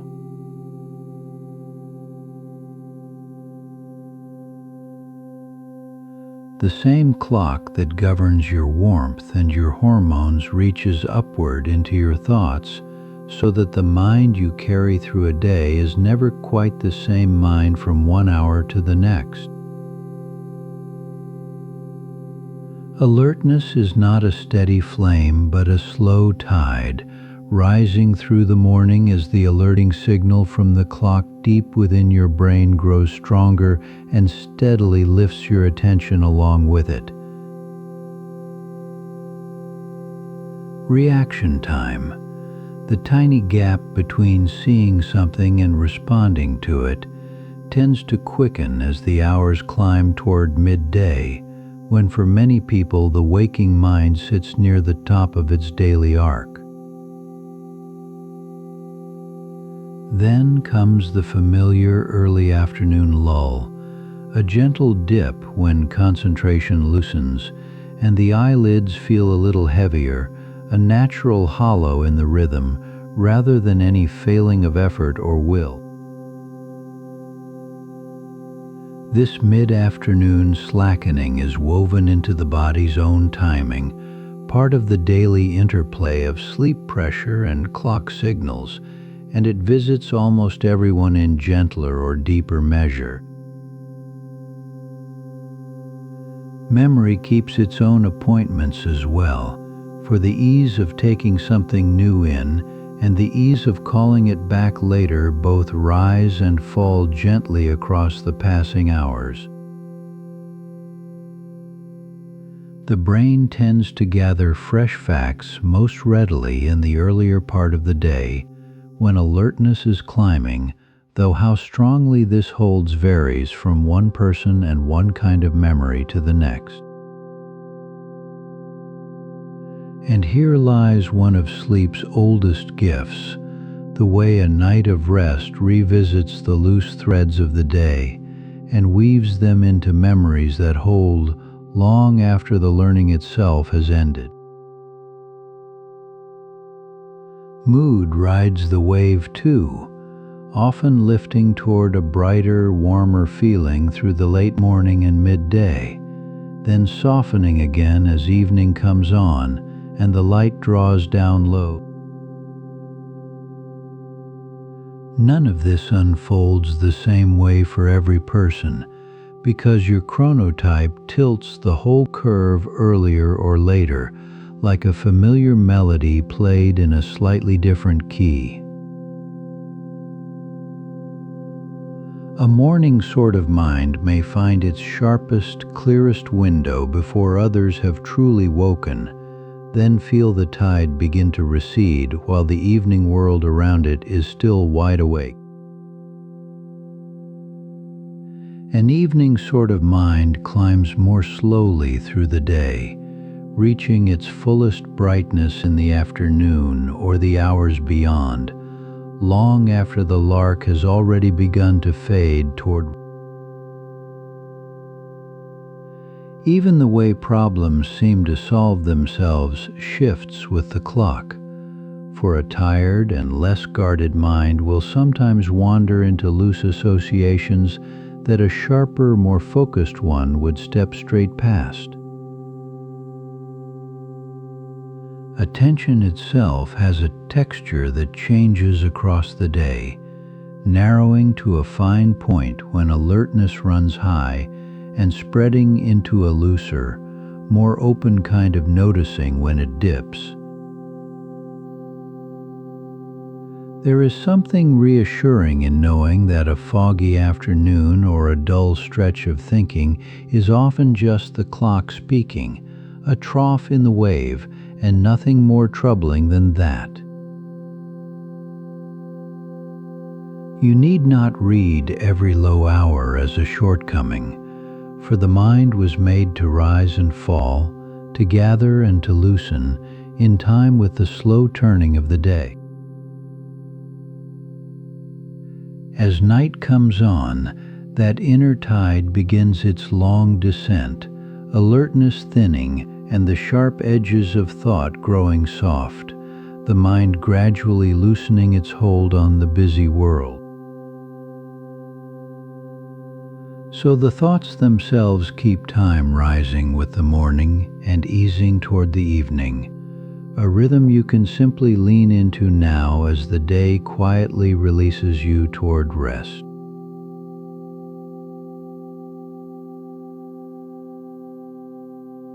Beneath the few famous messengers you may already know, a far wider chemistry keeps time within you, an orchestra of hundreds of substances rising and falling across the hours, each entering and leaving on a schedule it has kept for a lifetime. In the deepest stretch of early night sleep, when the brain slows into its longest slow waves, the pituitary gland at the base of the brain releases its greatest surge of growth hormone, the messenger that repairs tissue and knits the body back together. That surge is the reason the old idea of growing in your sleep holds a real thread of truth, for the hours of deep rest are when much of the mending of muscle and bone is carried steadily out. While that repair unfolds, your kidneys ease their pace, filtering and passing less water through the night, so that the bladder fills more slowly and sleep need not be broken by a need to rise. This nighttime slowing is guided in part by a messenger called vasopressin that tells the kidneys to hold water back, and it flows more freely in darkness, a small kindness of chemistry that lets rest stretch unbroken toward morning. Your gut, too, keeps its own hours, its muscular walls contracting in slow-traveling waves that sweep through more actively by day and settle toward stillness at night when little food is expected to arrive.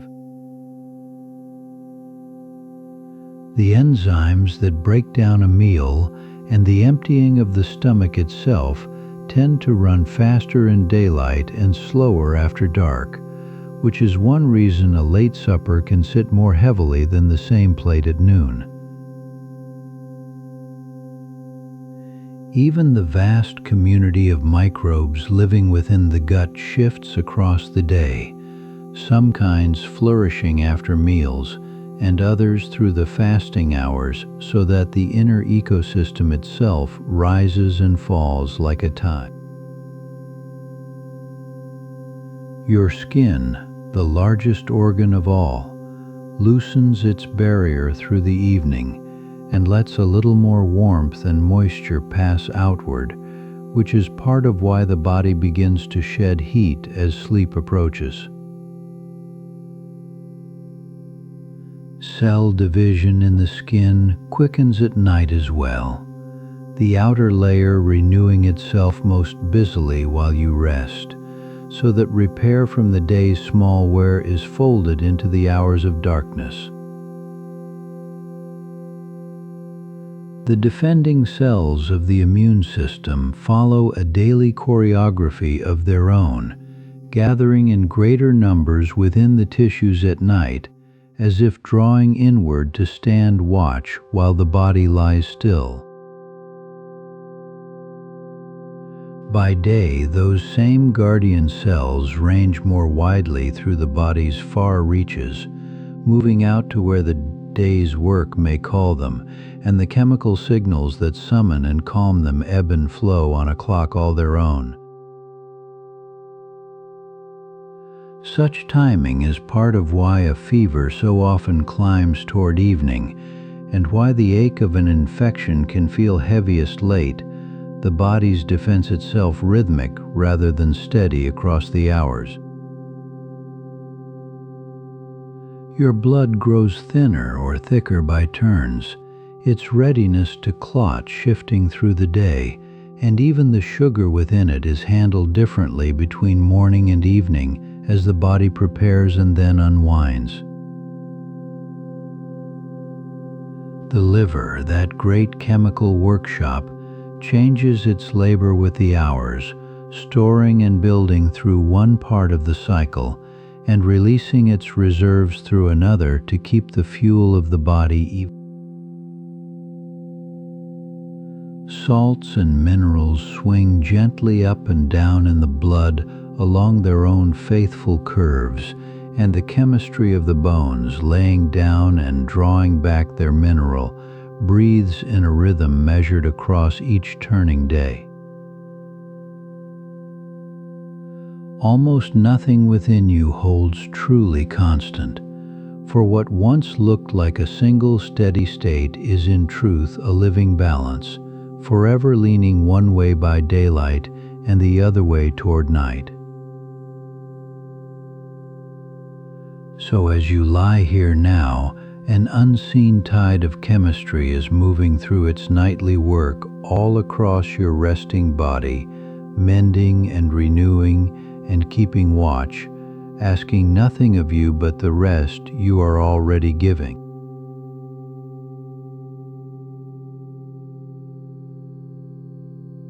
Long before anyone knew that a clock could live inside a leaf or a cell, the story of this hidden timekeeping began with a curious French astronomer and a small potted plant sitting on a windowsill nearly 300 years ago.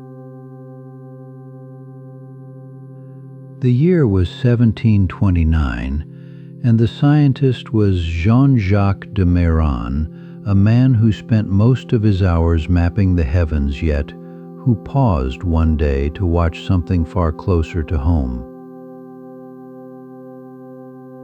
His plant was a mimosa, one of those tender green things whose feathery leaves spread themselves wide to greet the daylight and then fold gently inward as evening came, closing like little hands at rest.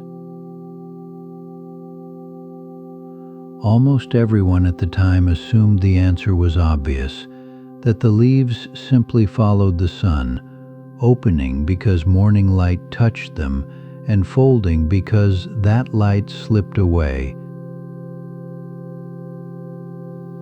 But de Méran wondered whether the plant truly needed the sun to know the hour, or whether something within it might already understand the shape of a day.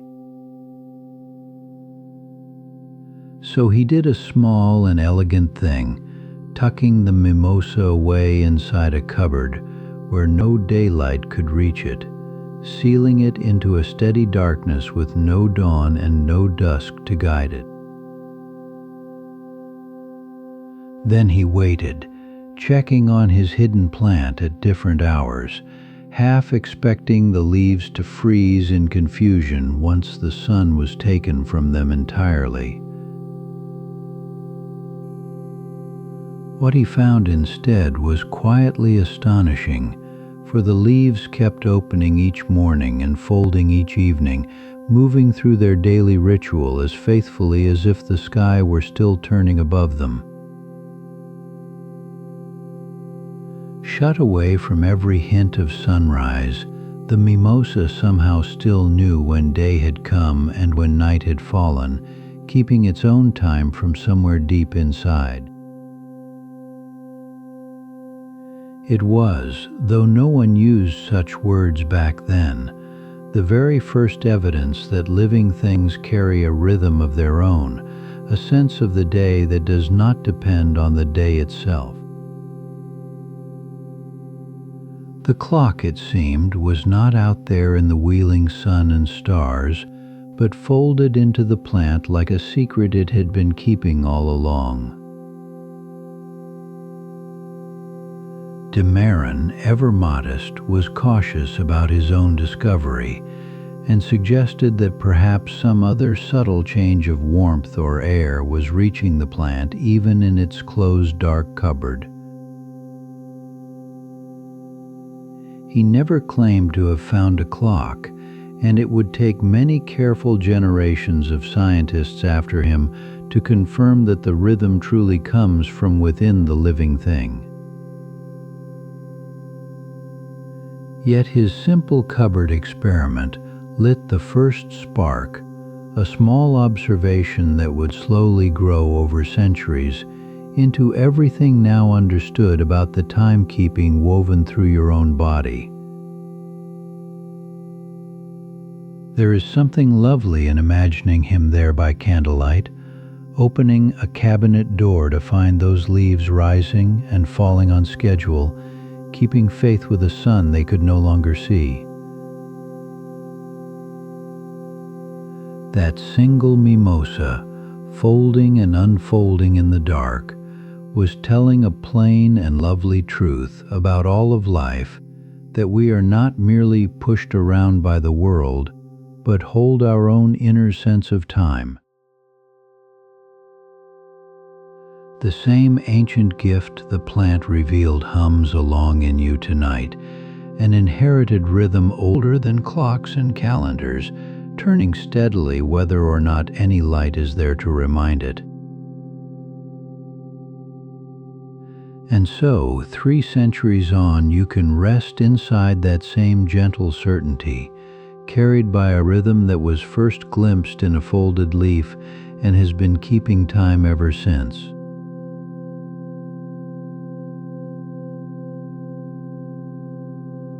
Long before a single ray of morning touches the garden, the green world around you has already begun to stir, not in movement you could see, but in a hidden readiness that each plant assembles for itself in advance of the light.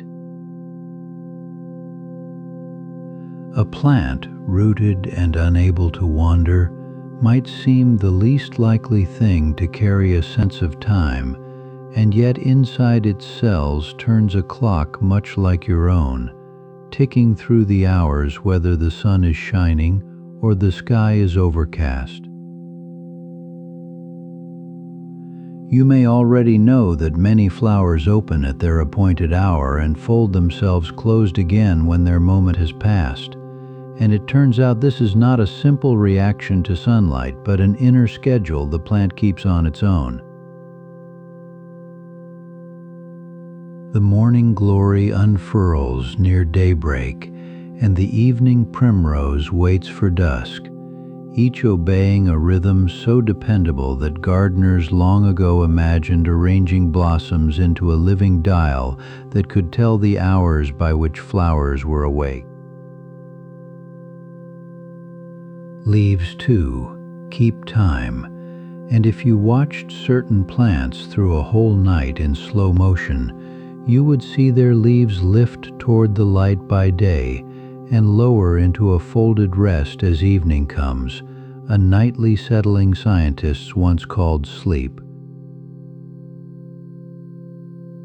Beneath the surface of a leaf lie thousands of tiny mouths called stomata, small pores that open to breathe in the air a plant needs and to let water escape, and these openings are governed by the clock as much as by the weather. In the cool hours before sunrise, many of these pores begin easing themselves open so that the moment light arrives, the plant is already prepared to take in the carbon it will weave into sugar, rather than waking startled and unready. Photosynthesis itself is timed, and the elaborate machinery a plant uses to catch light and build food is switched on ahead of dawn, its proteins assembled in darkness so the first gold of morning meets a leaf that is already at work.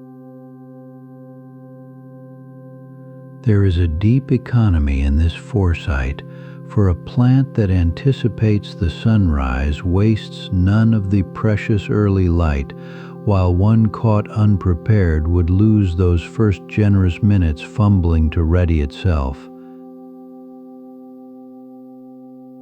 Experiments have shown that plants whose inner clocks match the true length of the day grow larger and store more starch than those forced to keep time to a rhythm out of step with their world, a soft proof that keeping time is worth the effort. As the sun climbs and the afternoon warms, a plant will often narrow its stomata again to hold onto its water through the heat, a careful balancing of thirst against hunger that the clock helps it manage without a single thought.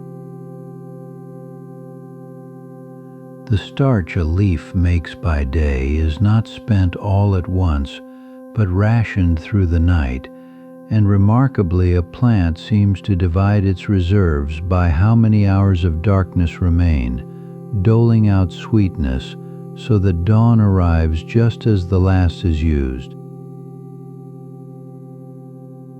Scent, too, has its schedule, and some flowers hold back their perfume until the day has cooled, releasing their fragrance only after dark, when the moths and other night travelers they depend upon are abroad in the cooling air. The night-blooming jasmine and the moonflower save their sweetness for these late hours, and their heavy perfume is a message timed precisely to the visitors who fly beneath the moon rather than the bees of the bright afternoon. By matching bloom and fragrance to the arrival of their pollinators, these plants spend their energy exactly when it will be answered, an appointment kept across the darkness between a flower and a wing.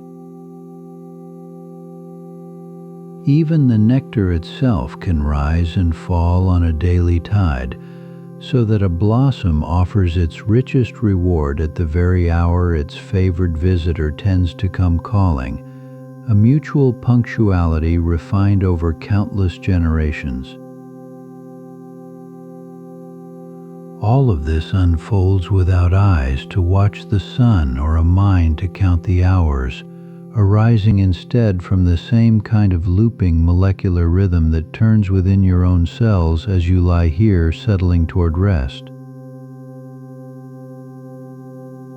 So as you breathe into the dark, picture the fields and forests around you keeping their own steady appointments, leaves lowering, pores easing shut, a night flower loosing its scent, the whole green world turning through time alongside you.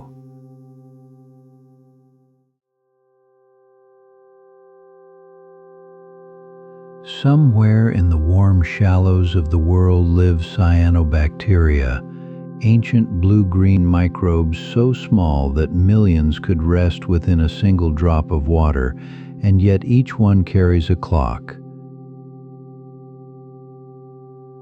These are among the oldest forms of life we know, light-harvesting beings whose ancestors were already turning sunlight into breathable air long before there were leaves or eyes or anything that could dream. Inside such a tiny cell, there is no brain to feel the day and no nerves to whisper that dawn has come, and still it senses the turning of the sky. Its whole timepiece is built from just 3 proteins, 3 folded shapes that meet and part and meet again in a slow ceremony that takes close to a full day to complete.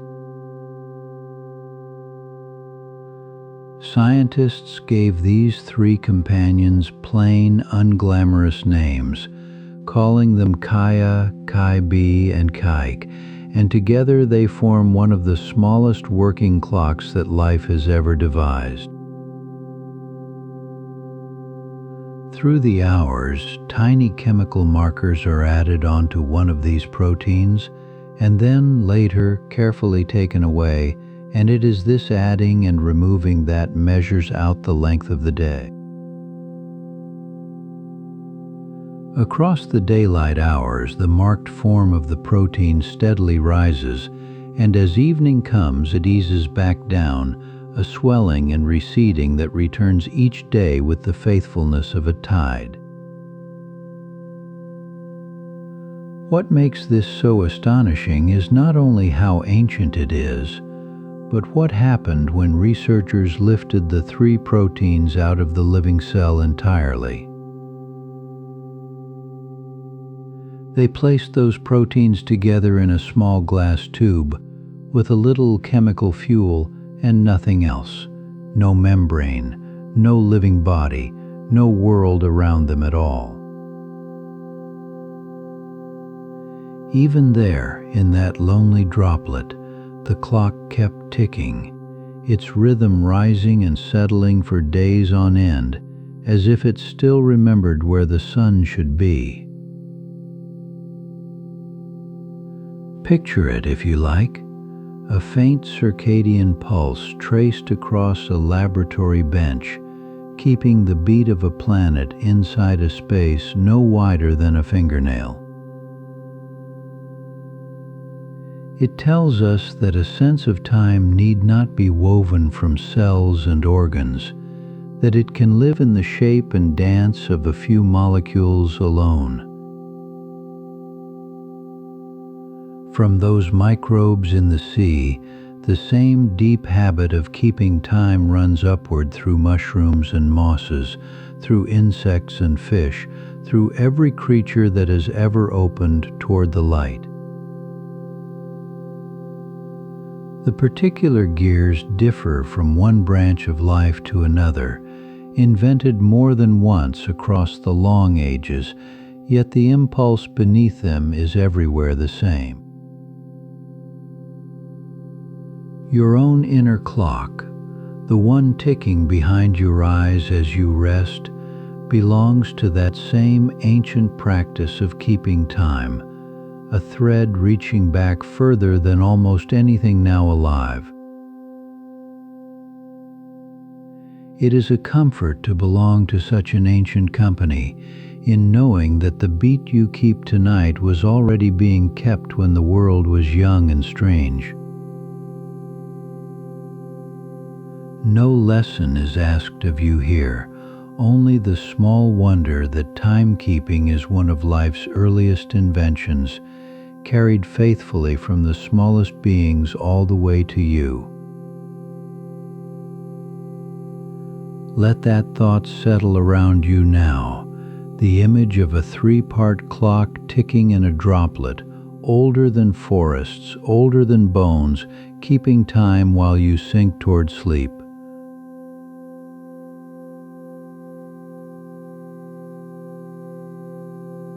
Somewhere behind all of this careful timekeeping lies a simple question worth turning over as you rest, which is why living things ever bothered to build a clock inside themselves in the first place.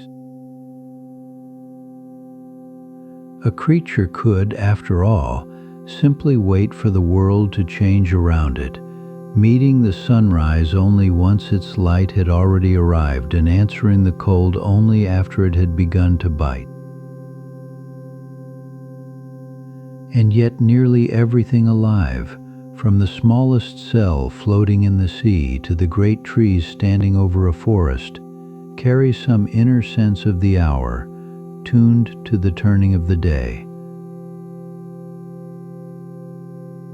The reason, when you follow it gently to its root, comes down to a single quiet gift, and that gift is the power to prepare. Reacting to the world is always a little late, because by the time a signal has been felt and answered, the moment that called for it has already begun to pass. Anticipation works the other way, letting a living thing ready itself in advance, warming and stirring and preparing its chemistry before the change it expects has even come. Think of a body that begins to wake before the alarm, its temperature already climbing and its morning hormones already rising to meet a dawn that has not yet broken.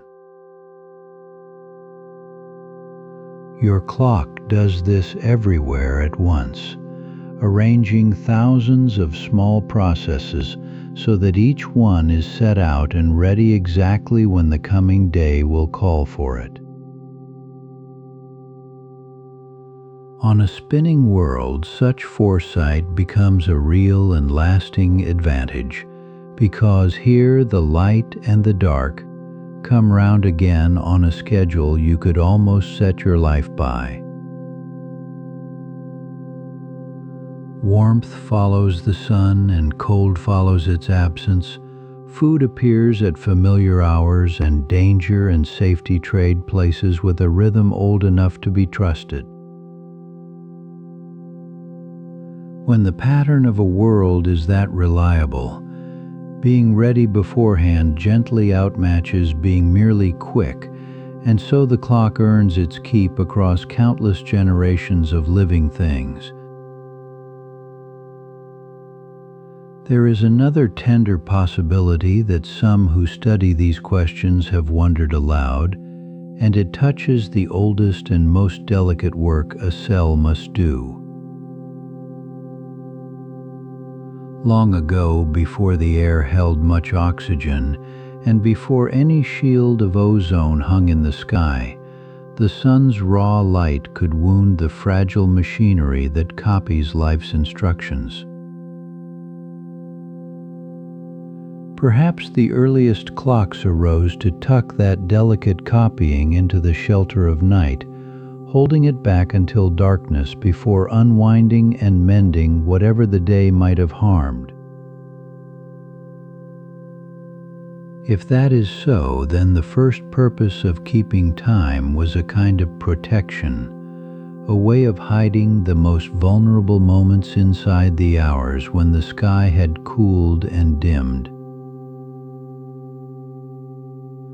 From such humble beginnings, the habit of anticipation spread and deepened until it wove itself through the leaf and the fly and the beating heart alike. So a clock is not really a device for telling you the hour, but a way of leaning ever so slightly into the future, meeting each change already half prepared. It is a restful thought that so much of life has learned without effort or worry to greet tomorrow a little before it arrives.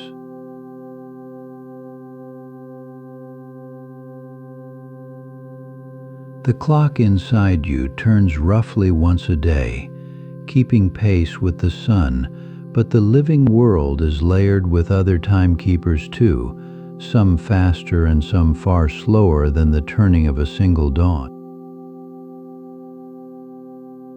Along the edges of the sea, where the water advances and retreats about twice each day, there are small creatures who carry a rhythm not of the day but of the tides, readying themselves for the ocean's return. A tiny shore-dwelling insect, or a crab tucked among the rocks, will grow active as the sea draws near and settle again as it withdraws, even when it is held in a still tank far from any real wave.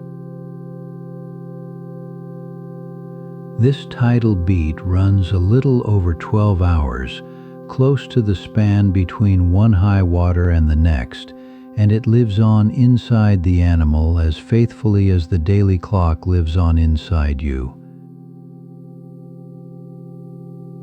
Some creatures seem to hold both rhythms at once, a clock of the day braided together with a clock of the tides, so that their lives answer to two different pulses of the moving sea.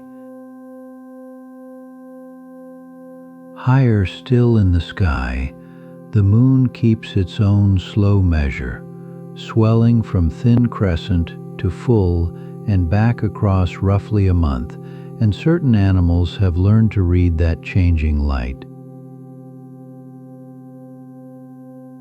On a few nights of the year, guided by the moon's phase, whole reefs of coral release their eggs in clouds of drifting cells all together, a vast and silent spawning that fills the dark water at once.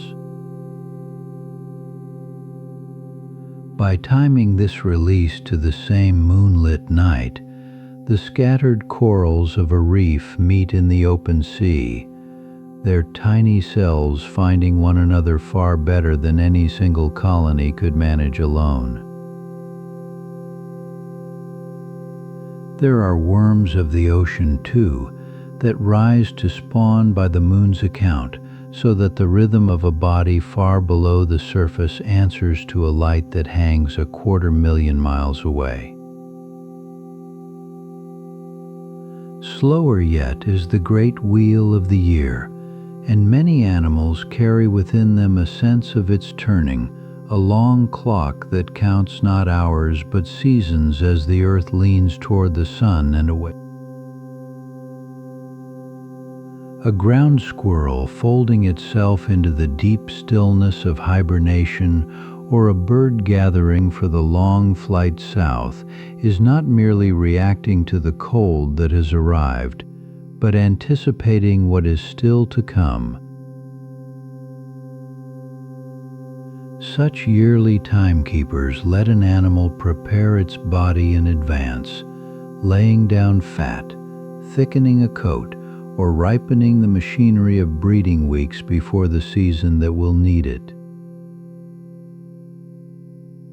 Because a newborn creature must arrive when food is plentiful and the weather kind, the timing of birth is often set far ahead so that mating in one season yields young in another, more forgiving one. How the yearly clock reads the calendar, and how the lengthening and shortening of light tells an animal where it stands in the circle of the seasons, is a story worth its own unhurried telling. For now it is enough to notice that life does not keep a single beat but many, nested one within another like the wheels of an old clock, each turning at its own measured pace. The fastest of these counts, the ebb and flow of tides, the next, the passing day, another, the waxing moon, and the grandest of all counts the seasons as they wheel through a slow and steady year. That such rhythms can be carried inside a coral, a crab, or a sleeping squirrel, needing no glance at the sky to stay true, is one of the loveliest quiet marvels of the living world. And so the body you are resting now is only one clock among a great many, a single small wheel turning within a vast and gently ticking company of life.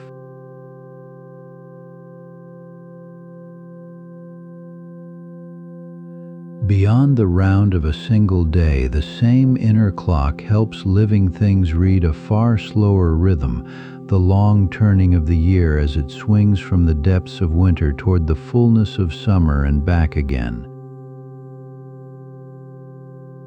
A creature cannot see the season the way it sees the sun, and yet somehow a bird knows when to build a nest, a deer knows when to grow a thicker coat, and a tree knows the hour to unfurl its earliest leaves. The secret they lean on is not the warmth of the air, which wanders and deceives, but something far more faithful, the length of the night itself, which lengthens and shortens with a precision the weather can never match.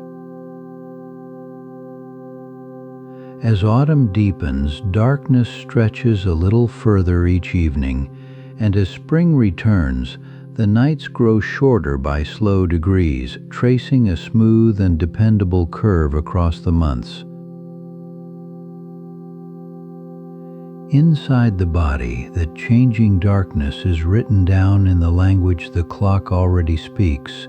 For melatonin, the hormone released only when it is dark, pours out for roughly as many hours as the night is long. On a short summer night, its signal is brief, a narrow window of dark chemistry, while on a long winter night that same signal spreads wide, filling far more of the sleeping hours. So the duration of the melatonin tide becomes a kind of measuring rod, an inner ruler laid against the night, telling the body not merely when it is dark, but how much darkness the season now holds. In this way, a molecule made for the daily round comes to serve as a calendar, and the width of its nightly presence stands in for the slow turning of the year. Animals that carry this reading deep within will grow their winter fur as the long nights arrive, and shed it again when the nights pull back and shorten toward the returning light. Some will time the birth of their young to the generous days of late spring, when food is plentiful and the world is kind, all of it cued by how long the darkness lasted months before. Plants keep their own version of this seasonal counting, and many will not flower until the nights have grown to just the right length, holding their blossoms in reserve until the calendar of light gives its permission. A chrysanthemum waits for the lengthening nights of autumn before it opens, while other flowers hurry to bloom only when the short nights of summer arrive, each species tuned to a threshold of darkness all its own. Underneath this patience lies the daily clock you have come to know, the one that marks dawn and dusk, now pressed into a second and grander service, comparing the length of night against its own steady sense of time. It is a remarkable thrift of nature that a single timekeeper can hold both the hours of a day and the seasons of a life, reading the small night and the great year with the very same gears. The measuring is unhurried and forgiving, gathering its evidence over many evenings, so that no single strange dark cloud or bright winter dawn can trick a creature into changing coat or blossom too soon. This is why the living world moves in such graceful anticipation, why the goose feels the pull to journey before the frost, why the bulb stirs underground while snow still lingers, each one a step ahead of the weather. There is a deep comfort in knowing that the same faithful mechanism carrying you toward rest tonight also carries the whole breathing world through its long procession of springs and winters. And so, as the night around you settles into its full and rounded length, you rest inside a rhythm far older and wider than yourself, a slow music of light and dark that the earth has been keeping all along.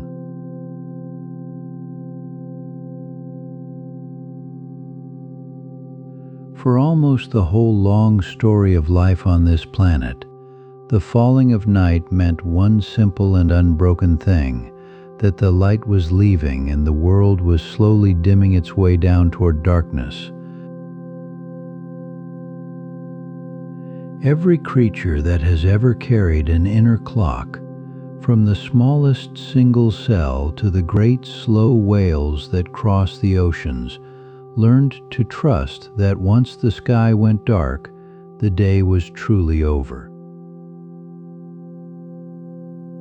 Your own clock, tucked just above the place where the nerves from your eyes cross on their way inward, was shaped across countless generations to read the fading of the evening light as its cue that rest was drawing near.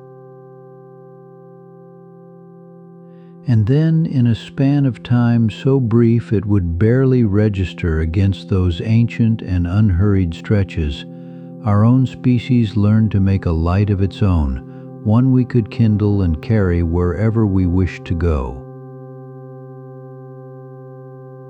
First came fire, warm and flickering and low, a small amber circle that pushed back only the nearest edge of the night, while the darkness still ruled over everything that lay beyond the reach of its glow. Then, little more than a century ago, we filled our rooms with electric bulbs, and the evening indoors grew brighter and steadier than any hearth or candle had ever managed, holding the darkness politely at arm's length. Now the light no longer only hangs above us overhead, it rests in our very hands and glows outward from screens held close to the face, pouring a cool and bluish shine almost straight into the eyes. That particular shade of blue is what makes this new world so curious to such an old clock, because a bluish light has always been the faithful signature of a bright and wide-open daytime sky. Deep within the eye sit those special light-sensing cells, the ones that play almost no part in helping you make out shapes, and instead do little more than measure how bright the surrounding world happens to be. These particular cells answer most eagerly to blue-toned light, and when such light reaches them in the late evening hours, they send a small and honest signal inward that reads quite plainly as the middle of the day. The clock receives that quiet message and does exactly what it was long ago built to do, holding back the gathering tide of melatonin that would otherwise be rising just then to usher in the night. So the hormone of darkness waits a while longer, its slow evening flood delayed by perhaps an hour or a little more, as the whole body is gently persuaded that dusk has not quite arrived. The entire rhythm can be nudged a little later in just this way, the clock set back by a touch each evening so that morning keeps arriving a single step before the body feels ready to meet it. There is something quietly poignant in the whole picture. An ancient timekeeper that spent perhaps 1 billion years learning the moods of the sky, now meeting a world where that sky can be summoned at midnight with the touch of a hand. None of this means that the clock is broken, nor that it has failed you in any way, for it is only doing faithfully what the darkness once always rewarded, trusting the light that it is given to read. Your inner clock cannot know that this evening glow has risen from a screen rather than from a slow and reddening sunset, for it was never given any means to tell one kind of blue apart from another. And so a very old part of you carries on reading a very new world through the only language it has ever known how to speak, the ancient language of light and of its absence. It remains a small marvel, really, that something so faithful and so unhurried still turns steadily on inside you, keeping a kind of time that the modern night has only lately begun to blur.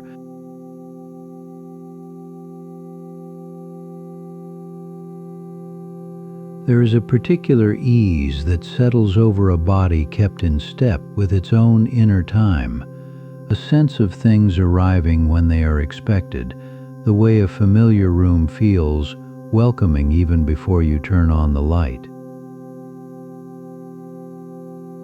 For all its independence in the dark, your clock listens most closely to the sun, and the simple arrival of bright morning light, falling on the eye not long after waking, nudges the whole system into agreement with the day. That first daylight is read by the small sensor cells deep in the retina, the ones tuned to blue, and their message travels to the clock above the eyes and tells it, without any effort from you, that the day has truly begun. A morning anchored this way tends to bring its own reward much later, because a clock that knows when dawn happened also senses many hours on, when dusk should come, and when the hormone of darkness may begin to rise. As the afternoon lengthens and light grows warmer and lower, dimmer surroundings in the evening let that night signal build the way it was always meant to, unhurried, like a tide returning to a shore it has always known. The eye is remarkably forgiving of dim, warm light in those late hours, so a softer, lower glow after sunset asks little of the clock and lets the body's own darkness chemistry unfold in its natural order. Sleep and waking that keep to roughly the same hours, night after night, give the clock a steady rhythm to lean on, and a rhythm repeated becomes a kind of memory the body can trust and settle into. Every organ carries its own small timekeeper, and when the hours you keep stay close to the hours your cells expect, those countless clocks fall into quiet agreement rather than pulling faintly against one another. Even the timing of meals speaks to the body, for the liver and the gut hold clocks of their own, and food taken mostly in the bright part of the day tends to sit in easy harmony with the master clock overhead. None of this is a rule to be kept or a task to be measured, only the shape a life takes when its outer hours and its inner hours are allowed to point the same way. Think of it less as effort and more as alignment, the way a small boat pointed with the current travels a long way on very little, carried onward by something far larger and steadier than itself. The body is generous about all of this, forgiving of a late night here, a cross time zone there, always ready to find its way back toward the steady beat it prefers. When those signals agree, the descent toward sleep in the evening comes as an unfolding rather than a struggle, warmth ebbing from the skin, the mind loosening, the day setting itself down of its own accord. Something in you rests easier knowing the machinery is ancient and sure, a rhythm older than memory that has guided living things through countless nights before this one, and asks only to be let. You do not have to hold any of it in mind, for the clock keeps its own count faithfully, and the wisest thing is simply to trust the turning that has carried you safely to the edge of every night you have ever known. A life in tune with this inner time feels, from the inside, like nothing dramatic at all. Only mornings that open more easily and evenings that close with less resistance. So let the coming darkness be an invitation rather than a signal to resist, the natural close of a cycle your body has rehearsed since long before you were born. You are already coming back into rhythm now, the day releasing its hold, the night rising to meet you, everything within you turning gently toward the rest that waits just ahead.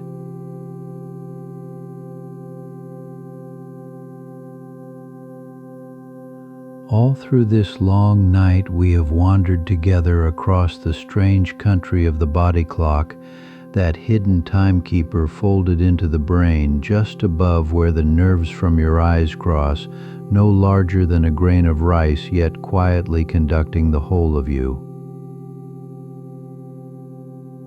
You have met the small gland deep within the brain that releases its darkness hormone, melatonin, as the evening light fades, and felt the slow warm tide that has been ebbing from your skin for hours, letting your inner temperature settle toward its lowest nightly ebb.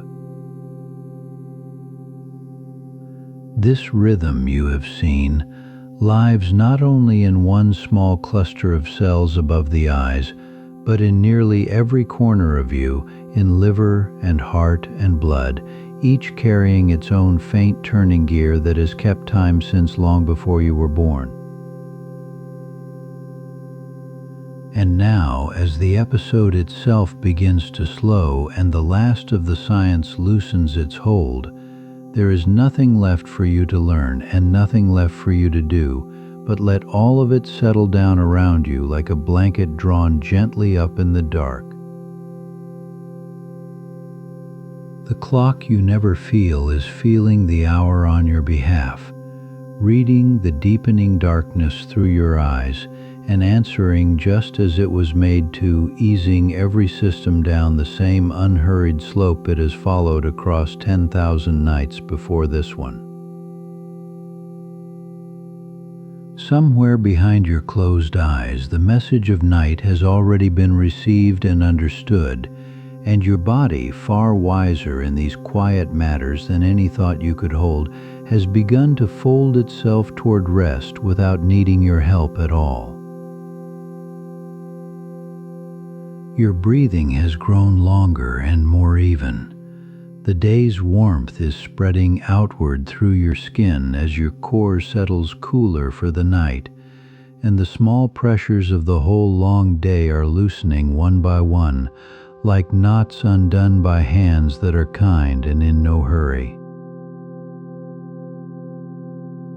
There is a deep comfort in knowing that sleep is not something you must reach for or earn, but simply the body keeping its own good time, arriving on schedule the way dusk arrives, the way the tide turns, the way it always has. You do not have to guide it or hurry it or hold any part of it in your mind any longer. The old clock knows the way. Let the ideas of the night grow soft and shapeless now, the numbers and the names and the careful explanations all dissolving into warmth, leaving only the plain feeling of a body carried safely along by a rhythm far older than any word for it. Feel how heavy and welcome your limbs have become, sinking a little deeper into the softness of the bed with each slow breath you take, as though the whole turning earth were tilting kindly beneath you to gather you in.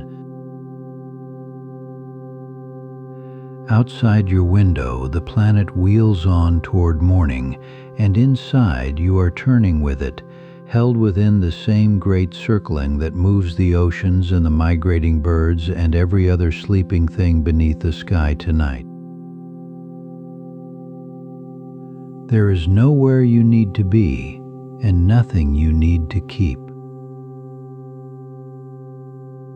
You are simply here, and it is simply night, and that is enough. So let yourself grow loose and easy from head to foot, and let the slow tide of sleep come rolling gently in. Drift down now gently into the rest your body has been preparing for you all evening long. Good night and sleep well.